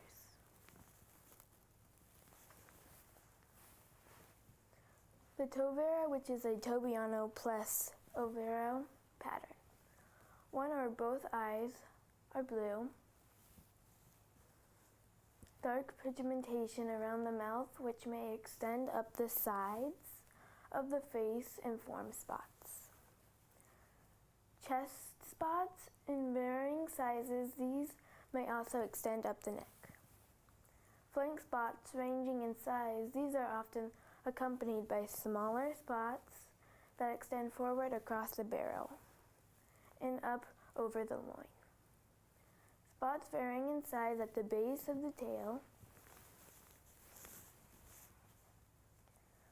dark pigmentation around the ears, which may expand to cover the forehead and or the eyes. Solid paint bred horses, formerly known as breeding stocking paint. These horses are still eligible for registration with the APHA, despite not having a recognized white pattern. Solid paint horses are mostly black, gray, and chestnut, but can be virtually any color due to their genetic background. They will often produce offspring with white patterns. Topic 3. The difference between a paint and a pinto horse. What is the difference between a paint and a pinto horse? The difference of a paint horse versus a pinto is paint is a breed based on bloodlines, and a pinto horse is a coat color patterns that can be found in horses of many different breeds.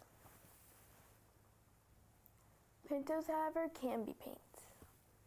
Pintos can be anything from Shetlands to Tennessee Walkers to spotted drafts too. Yes, also paint horses. The word pinto is just a term to describe color patterns, while paint is a breed that very often, not always, has pinto coloring.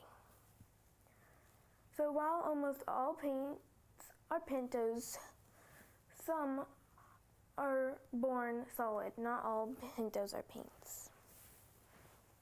Topic 4. The uses of a paint horse.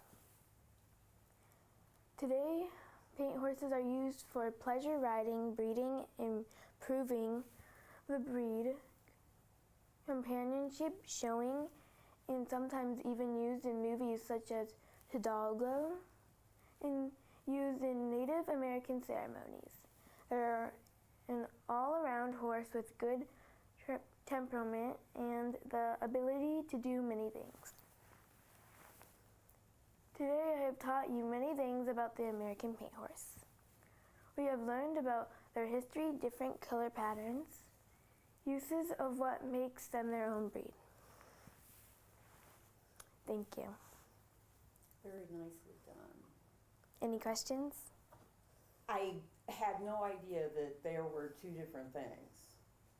So the breeding versus coloring, did you know that when you got your horse? Yeah. So you already knew about the difference? Yeah. That's super cool. How long did it take you to put this presentation together? It's very attractive. I would say about 3 or 4 months. A while. Yeah. It's beautiful. I can tell that you put a lot of time into that. Thank you. Thank you for your presentation today. You're welcome.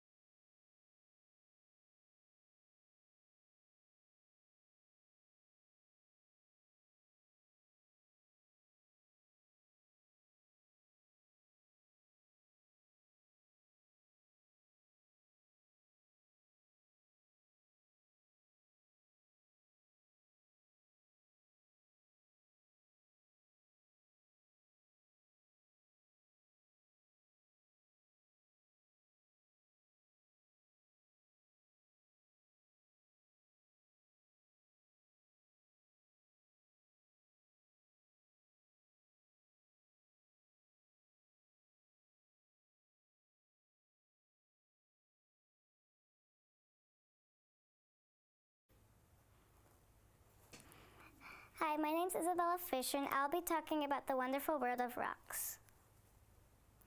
My introduction is a story, The Dolomite Rock That Moves. The Dolomite Rock is a boulder that moves. Scientists were very stunned, and they set up cameras to try to solve the mystery. They realized that the ground would freeze overnight, so it would blast the rock so it could move. Rocks, rock. We see rocks every day. Rocks are a solid collection of one or more minerals. Most things we see are made up of rocks. Rocks are made up of all sizes, shapes, and colors. The three categories, igneous, sedimentary, and metamorphic, are the three main categories. Igneous rocks are made when molten or melted rock cools and becomes solid. Sedimentary rock is made when other bits of rock are worn away and pressed together in layers. Metamorphic rock is made when there's a bunch of pressure and heat. The rock cycle. It starts when magma becomes igneous rock by either crystalline or blowing to the Earth's crust in a volcano. Igneous rocks are eroded and weathered, transported and deposited to water and become sedimentary when these rocks are combined. Sedimentary rocks are buried and have high temperature and pressure. Over billions of years, they become metamorphic.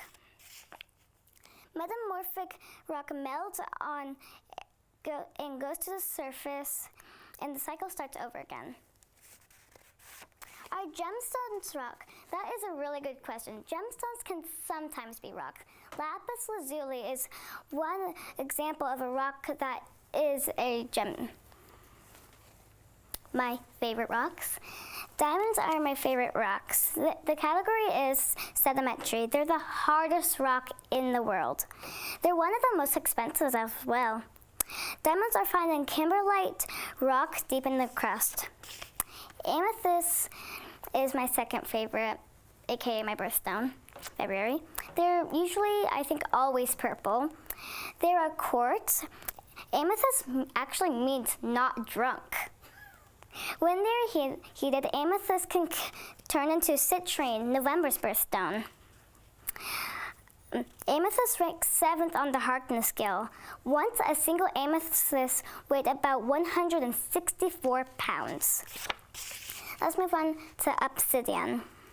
It is a superior mineral for tools. There actually is different types. They're also a kind of glass. It's also called the black glass. Let's move on to quartz. They're really easy to find, actually. It fits in all three categories, sedimentary, metamorphic, and igneous. It's a hard mineral. It is used in electronics, like literally, it could be in this screen. They are actually colorless. They're actually used in buildings. Sand with quartz is actually used to make glass. Let's move on to geodes. They are found in sedimentary and igneous rock. It looks like any other rock until broken open. They are full of crystals. The Cave of Crystals. It was discovered in the 2000s by miners in Mexico. It was a record-breaking 36 feet long, 4 feet wide, and weighed about 55 tons. It was formed by magma-heated groundwater, but they did not mix. It was super hot. It actually reached about 136 Fahrenheit with 90 through 99% humidity. In 2015, the mine reflooded and carbon flooded.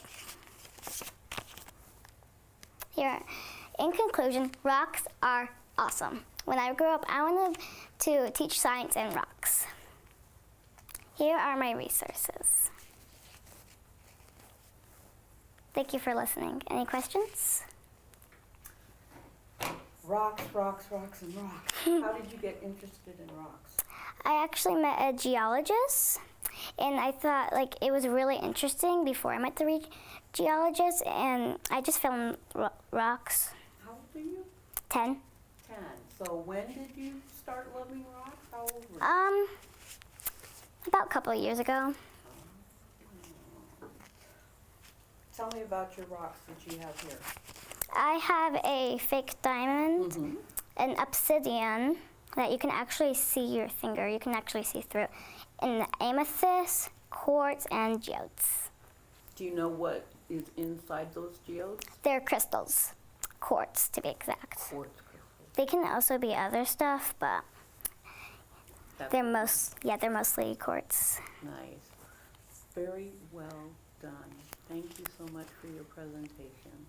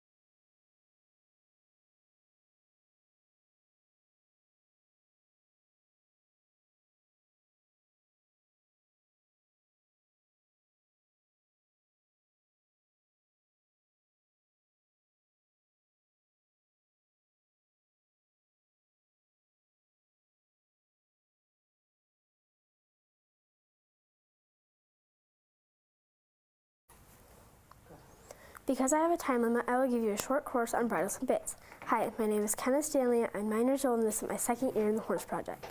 I belong to the Easy Riders 4-H Club. A headstall. The parts of the headstall are crown piece, brow band, 2 cheek pieces, and a throat latch. Another style of headstall is a one ear. If you have one ear, you'd want the earpiece to slide over so it doesn't pinch the horse's ear. A bridle. The parts of the bridles are headstall, bit, and reins. There are 3 types of bridles: hackamore, which is bitless, curb, and snaffle. There are 2 types of hackamores: Lozelle, with a rawhide noseband, and McCarty reins with a lead rope, and they are both attached with a heel knot. And a mechanical. The mechanical is commonly used in gaming, but is not allowed in performance classes. And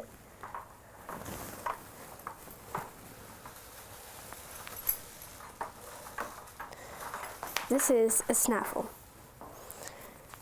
If you have a snaffle, you have to have a chin strap so it doesn't pull through the horse's mouth. And what you want to remember is when you put on a bit, you'd want the curved part to face out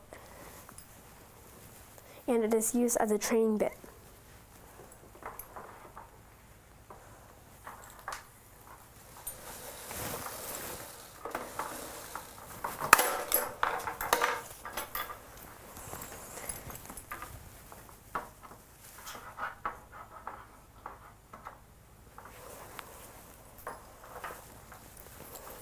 This is a curb bit. The curb is a leverage bit, and the longer the shanks, the more leverage and the more severe.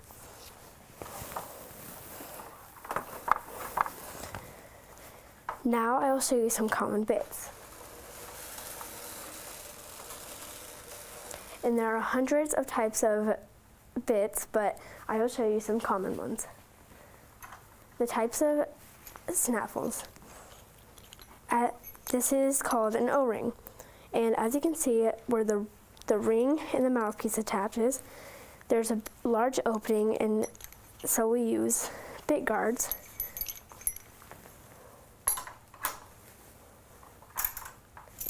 And this is another O-ring, but it does not have a large opening, so it cannot pinch the horse.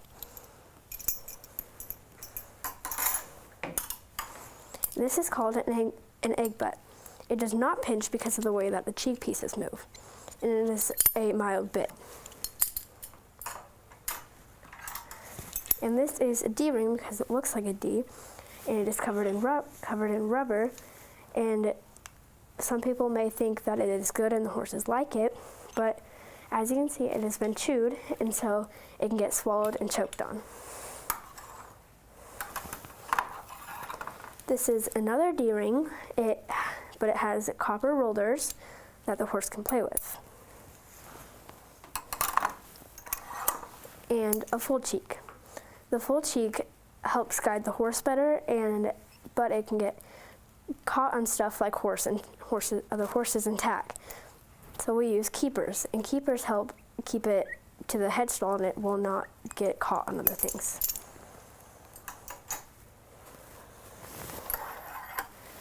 This is called an aluminum curb because it has shanks. The horses do not like the aluminum curb because of the weight and the taste. This chin strap is not legal in performance classes because it does not lay flat, and so it is very harsh on the horse.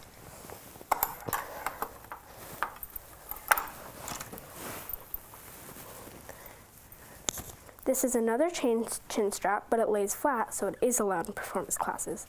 But the mildest chin strap is the leverage bit. Not the leverage, the leather bit.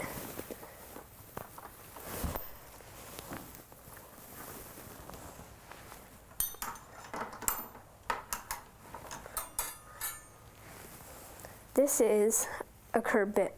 The parts of the curb are shank from the mouthpiece and down, purchase from the mouthpiece and up, and some may have another ring for the chin strap, so a chin strap to attach so it does not pinch. And on the mouthpiece, there are bars right here and the port. The port can give relief for the horse's tongue. This is another curb, but as you can see, the shanks are different. One is shorter and one is longer. And the longer the shanks, the more leverage, and it's more severe.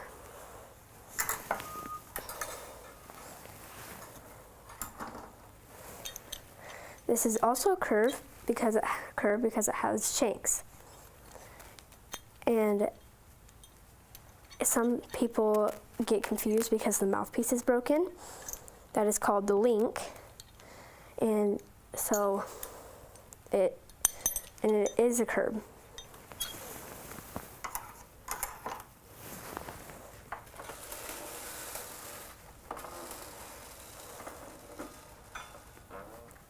In summary, there are 3 types of bridles: snaffle, hackamore, that is bitless, and curb. There are 2 types of hackamores: bozal, that is used in training, and mechanical, that is not allowed in performance classes but common used in gaming. And the snaffle, remember that you have to have a chin strap so it doesn't pull through the horse's mouth, and it is used for training. The curb. The curb is a leverage bit, and longer the shanks is more leverage and applied more severe.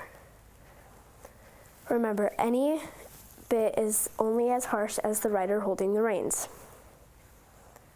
My sources are The Horse Project and Horse and Horsemanship. That's the end of my presentation. Are there any questions? What is the purpose of the piece that goes in the mouth? Why do they have to have that piece in their mouth? The port? Yeah. So, because the horse's tongue, the question is, why does the port have to be there? Well, the horse's tongue goes under the port, Okay. and so it gives relief, so the tongue has more relief under the bit. Okay. Is that a necessary part of riding a horse, to have something where it's in their mouth? The question is it necessary? Actually, I do not know that question. I will look it up and get back to you. Thank you.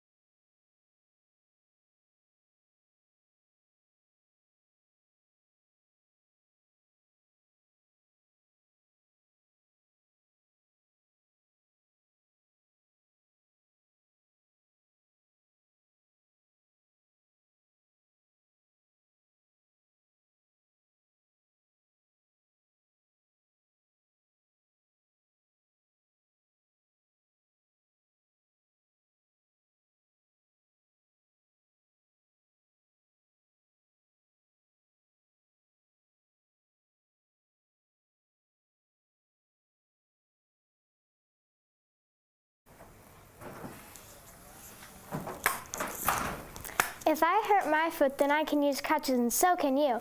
But imagine a horse using crutches. What a mess. Just like the old saying, no hoof, no horse. Hi, my name is Evelyn Ostradok. I'm 9 years old and this is my first year in 4-H. I chose hoof as my topic because I want to learn how to take care of my horse's hoofs.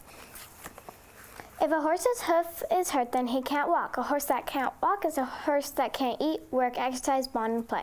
A horse has to do all these things to be healthy. That's why their hoofs are so important.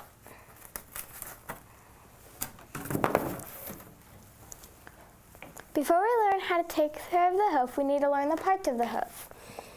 This will help us talk to our vet and understand what they're telling us to do. The wall is the hard outside of the hoof. It holds the weight of the horse. It's kind of like our fingernails.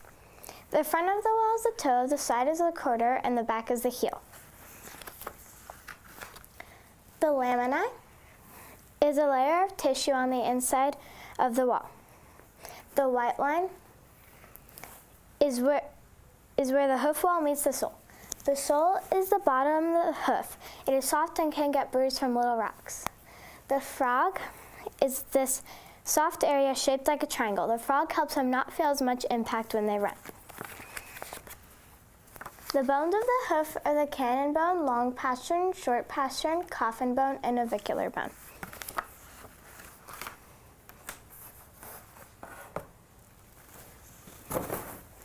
Now that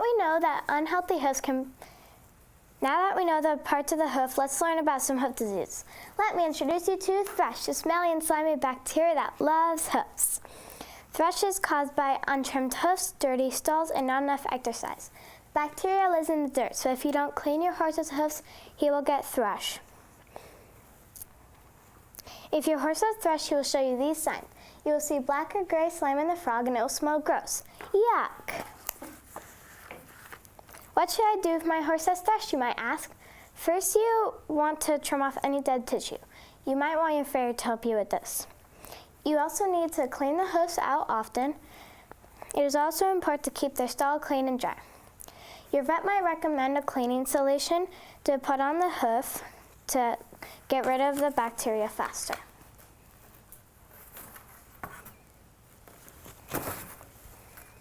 Another common hoof disease is laminitis, also known as founder. Founder is smaller than laminite and can be a big problem for horses. Founder is caused by eating too much grain, too much lush green grass, and sudden changes in weather. Rapid changes in food, stress or trauma, or doing too much work on hard ground. Some of those things can also cause colic, such as too much grain and sudden changes in weather. A horse that has founder can also get colic. These are some signs that your horse has founder. A horse with founder might stand with their front hoofs in front of them and their back hoofs underneath their body. This is called the founder stance. The toe of the hoof can curl in serious cases. The coffin bone can rotate and go through the sole, which can be deadly. A horse with founder can be in extreme pain and could have hot and tender hoofs. A horse with founder can become lame. A horse might also have rings on its hoof, kind of like a tree. This means that the horse has had founder before. What should you do if your horse has founder? I can answer that question. It is very important that the owner works with the vet and farrier to come up with the best solution. You might need an x-ray to see what the bones are doing. You might need to use shoes or a special boot that helps protect the hoof. They might need medicine or special hoof training, and you might need to control what they eat. Now you know that unhealthy hoofs can be a big problem. So let's learn what we can do to keep them healthy. You should clean the hoofs out often and always before you exercise or ride your horse. This will help prevent thrush and bruising of the sole. Moisture control is also a big deal. In the summer, you might need to give the horse some mud to walk in or put lotion on their hoofs so that they don't get too dry. During rainy weather, the ground can get too wet and your horse can get a thrush or an abscess. Try to keep their stall dry if you can and clean their hoofs more if you can. Your farrier should trim the hoofs every 6 to 8 weeks, depending on the horse. Shoes are also important for a horse. If a horse If your horse is run a lot or has hoof problems, they should have shoes. If a horse isn't run a lot or doesn't have hoof problems, they might not need shoes. This also depends on what kind of ground your horse is on. Many people take the shoes off in the winter so that their horse doesn't slip on ice.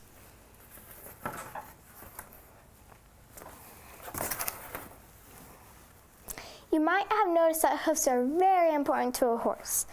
If a horse doesn't have healthy hoofs, then he can't walk. A horse that can't walk is a horse that can't walk, play, or eat, which means he could die. Unhealthy hoofs can lead to diseases that can cause pain and even death. This is why it's important for horse owners to learn about hoofs. First, you need to learn the parts of the hoof so you can talk to your farrier and vet and understand what they're telling you to do. You should also learn common diseases like thrush and founder. Knowing the signs of these diseases and what to do to treat them will keep your horse's hoofs healthy. Hoof care, including frequent cleaning, trimming, and shoeing, will help prevent hoof diseases. This way, you and your horse can be happy and healthy and enjoy lots of years together. Remember, no hoof, no horse. My sources were Healthy Hoofs, Their Care and Balance, Your First Horse, Horse Care for Kids, and the PNW 587 manual. Thank you for listening. Are there any questions?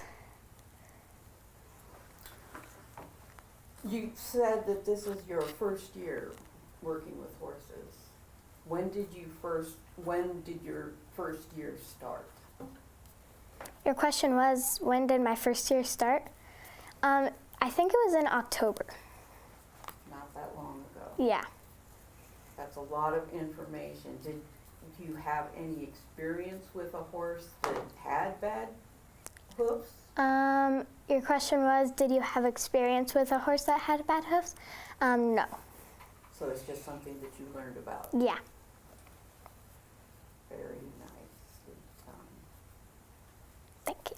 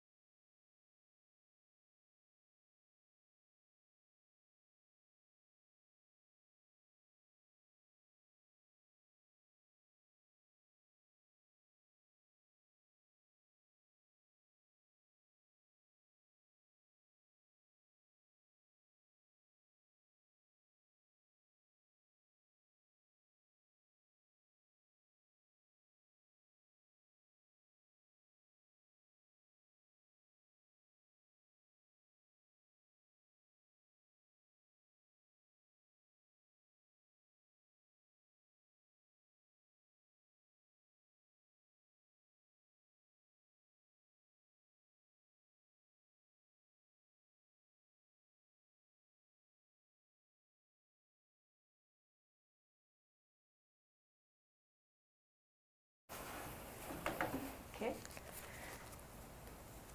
Good. My name is Elia Wollaston. I'm a senior in 4-H, and I'm going to be presenting a speech about the American dream. As little kids, we're often told you can do anything you want to as an adult. But somewhere in the preteen years, that flame is often quenched by well-meaning relatives who want the kids to be cushioned in a 9-to-5 job and a bachelor's degree. But where would America be if teenagers and adults were told that they could live their wildest dreams, and they actually believed it? Today, I'm going to be talking about the American dream, about the promise of a land in which we can achieve, about the power in having a purpose, and how we can make things happen in our own lives. In 1931, James Trislow Adams illustrated the American dream as that dream of a land in which life is better and richer and fuller, with opportunity for each as according to ability or achievement. And America truly is. Maybe it's not perfect, but just think of people like Junius Groves, who started out as a slave, not even owning himself, and worked his way up to being the biggest potato farmer in America after the Civil War. And think of people in Cuba, where there are constant lines to try to get a visa and come to America. Some can, and some can't. Those who do get there with this visual of the land and milk and honey, and they find that they've been dreaming too small. We have rights like freedom of speech and religion, the right to bear arms, the right for privacy, freedom to be with more than 10 people at once. We can even vote out leaders whose political views we disagree with. These are things that many people only think of in their wildest dreams, and yet here's America, with an ungrateful attitude and a lack of purpose. You don't become the biggest potato farmer in America overnight. You can't expect someone else to get your visa and move you to America. And you certainly can't sit in grandma's basement with your video games, or in your office cubicle, waiting for a fairy godmother to wave her wand and give you fulfillment and happiness, because it doesn't work that way. Many people who immigrate do more with their lives than natural-born citizens, because they realize that our rights give us power. The Constitution is the supreme law of the land, and its whole purpose is to limit the government so that we can do as we think is best with our lives. There's been so much opportunity given to us through this country, and it's time to remember the men and women who died so that we could have the freedom to live in a land where life is better and richer and fuller. Even with all this opportunity, America is full of crime, drugs, homelessness, and people who believe that what they want to do just isn't in the cards. I just jumped from some pretty worst-case scenarios to just not doing what you want to do. Isn't that an over-exaggeration? Well, look closely and you'll see the connection. The root of the matter is that a great portion of the American people are wasting their lives. So many, whether rich, middle class, or poor, are making bad decisions and ending up in jail or worse. They have no purpose, and they seek other things to put happiness into their lives. In doing so, they sink into a pit, one that it's very difficult to get out of. Obviously, there are also many with steady jobs, a family, a roof over their heads. But are these people living the American dream? People like to complain. They complain about their jobs, their family, their house being too small or too outdated. They complain about it being too cold out or too hot out, or really anything they can find to complain about. It's this tornado of pessimism, and it keeps swirling as long as it's fed. But what's missing in this negativity is a purpose to change what we don't like in our lives. We believe it's too hard or too risky, and no one likes stepping out of their comfort zone. So they settle for a mediocre lifestyle, one that can't do much for the world. Yet, there are the fair few who are successful. And every successful person has a purpose. There hasn't been one person who's gotten to any good place in life without a mission of some sort. But a purpose is one thing, achieving it is quite another. How did these people get to their success? Was it through talent or brains, organizational skills or eloquence?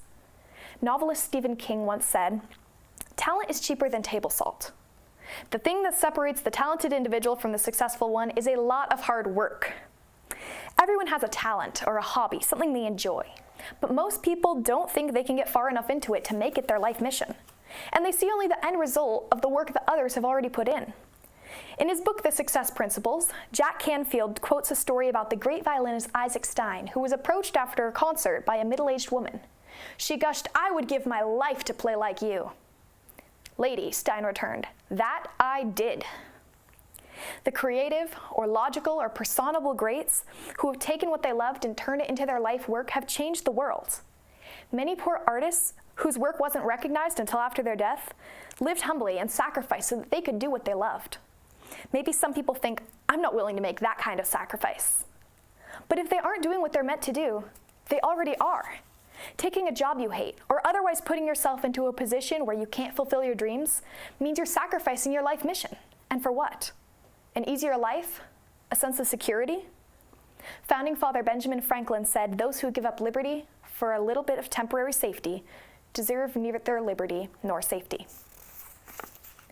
In 1977, 63-year-old Laura Schultz lifted the back end of a car off of her grandson's arm.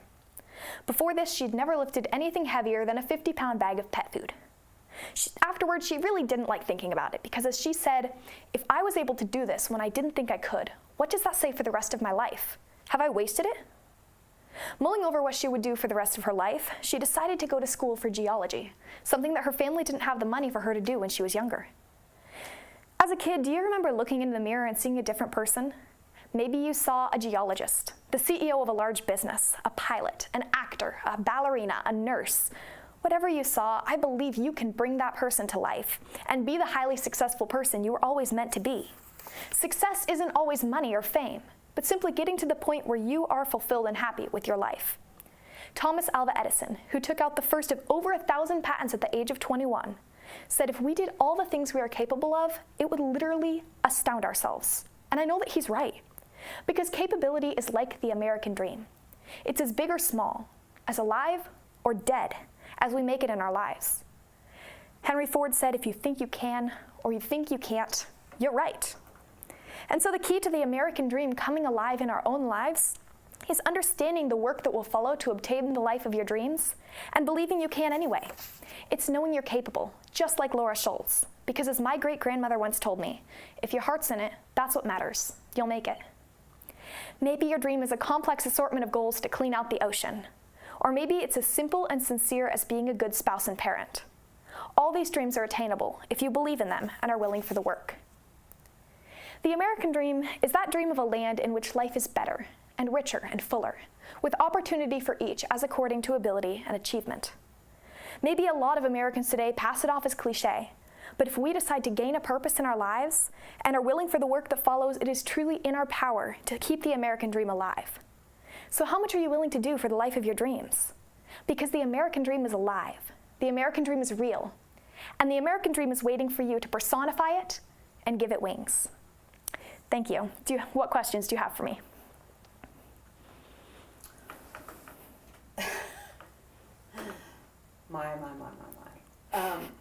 A lot of research is evident in your speech.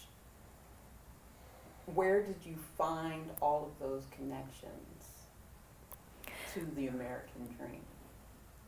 Where I found all the connections in my research to the American dream were in different places. I looked in books such as the one I mentioned, The Success Principles by Jack Canfield. He has a lot of inspirational stories of people who have taken what they loved and turned it into their life work. I also looked up quotes about the American dream and found out where it originated with that saying by James Truslow Adams.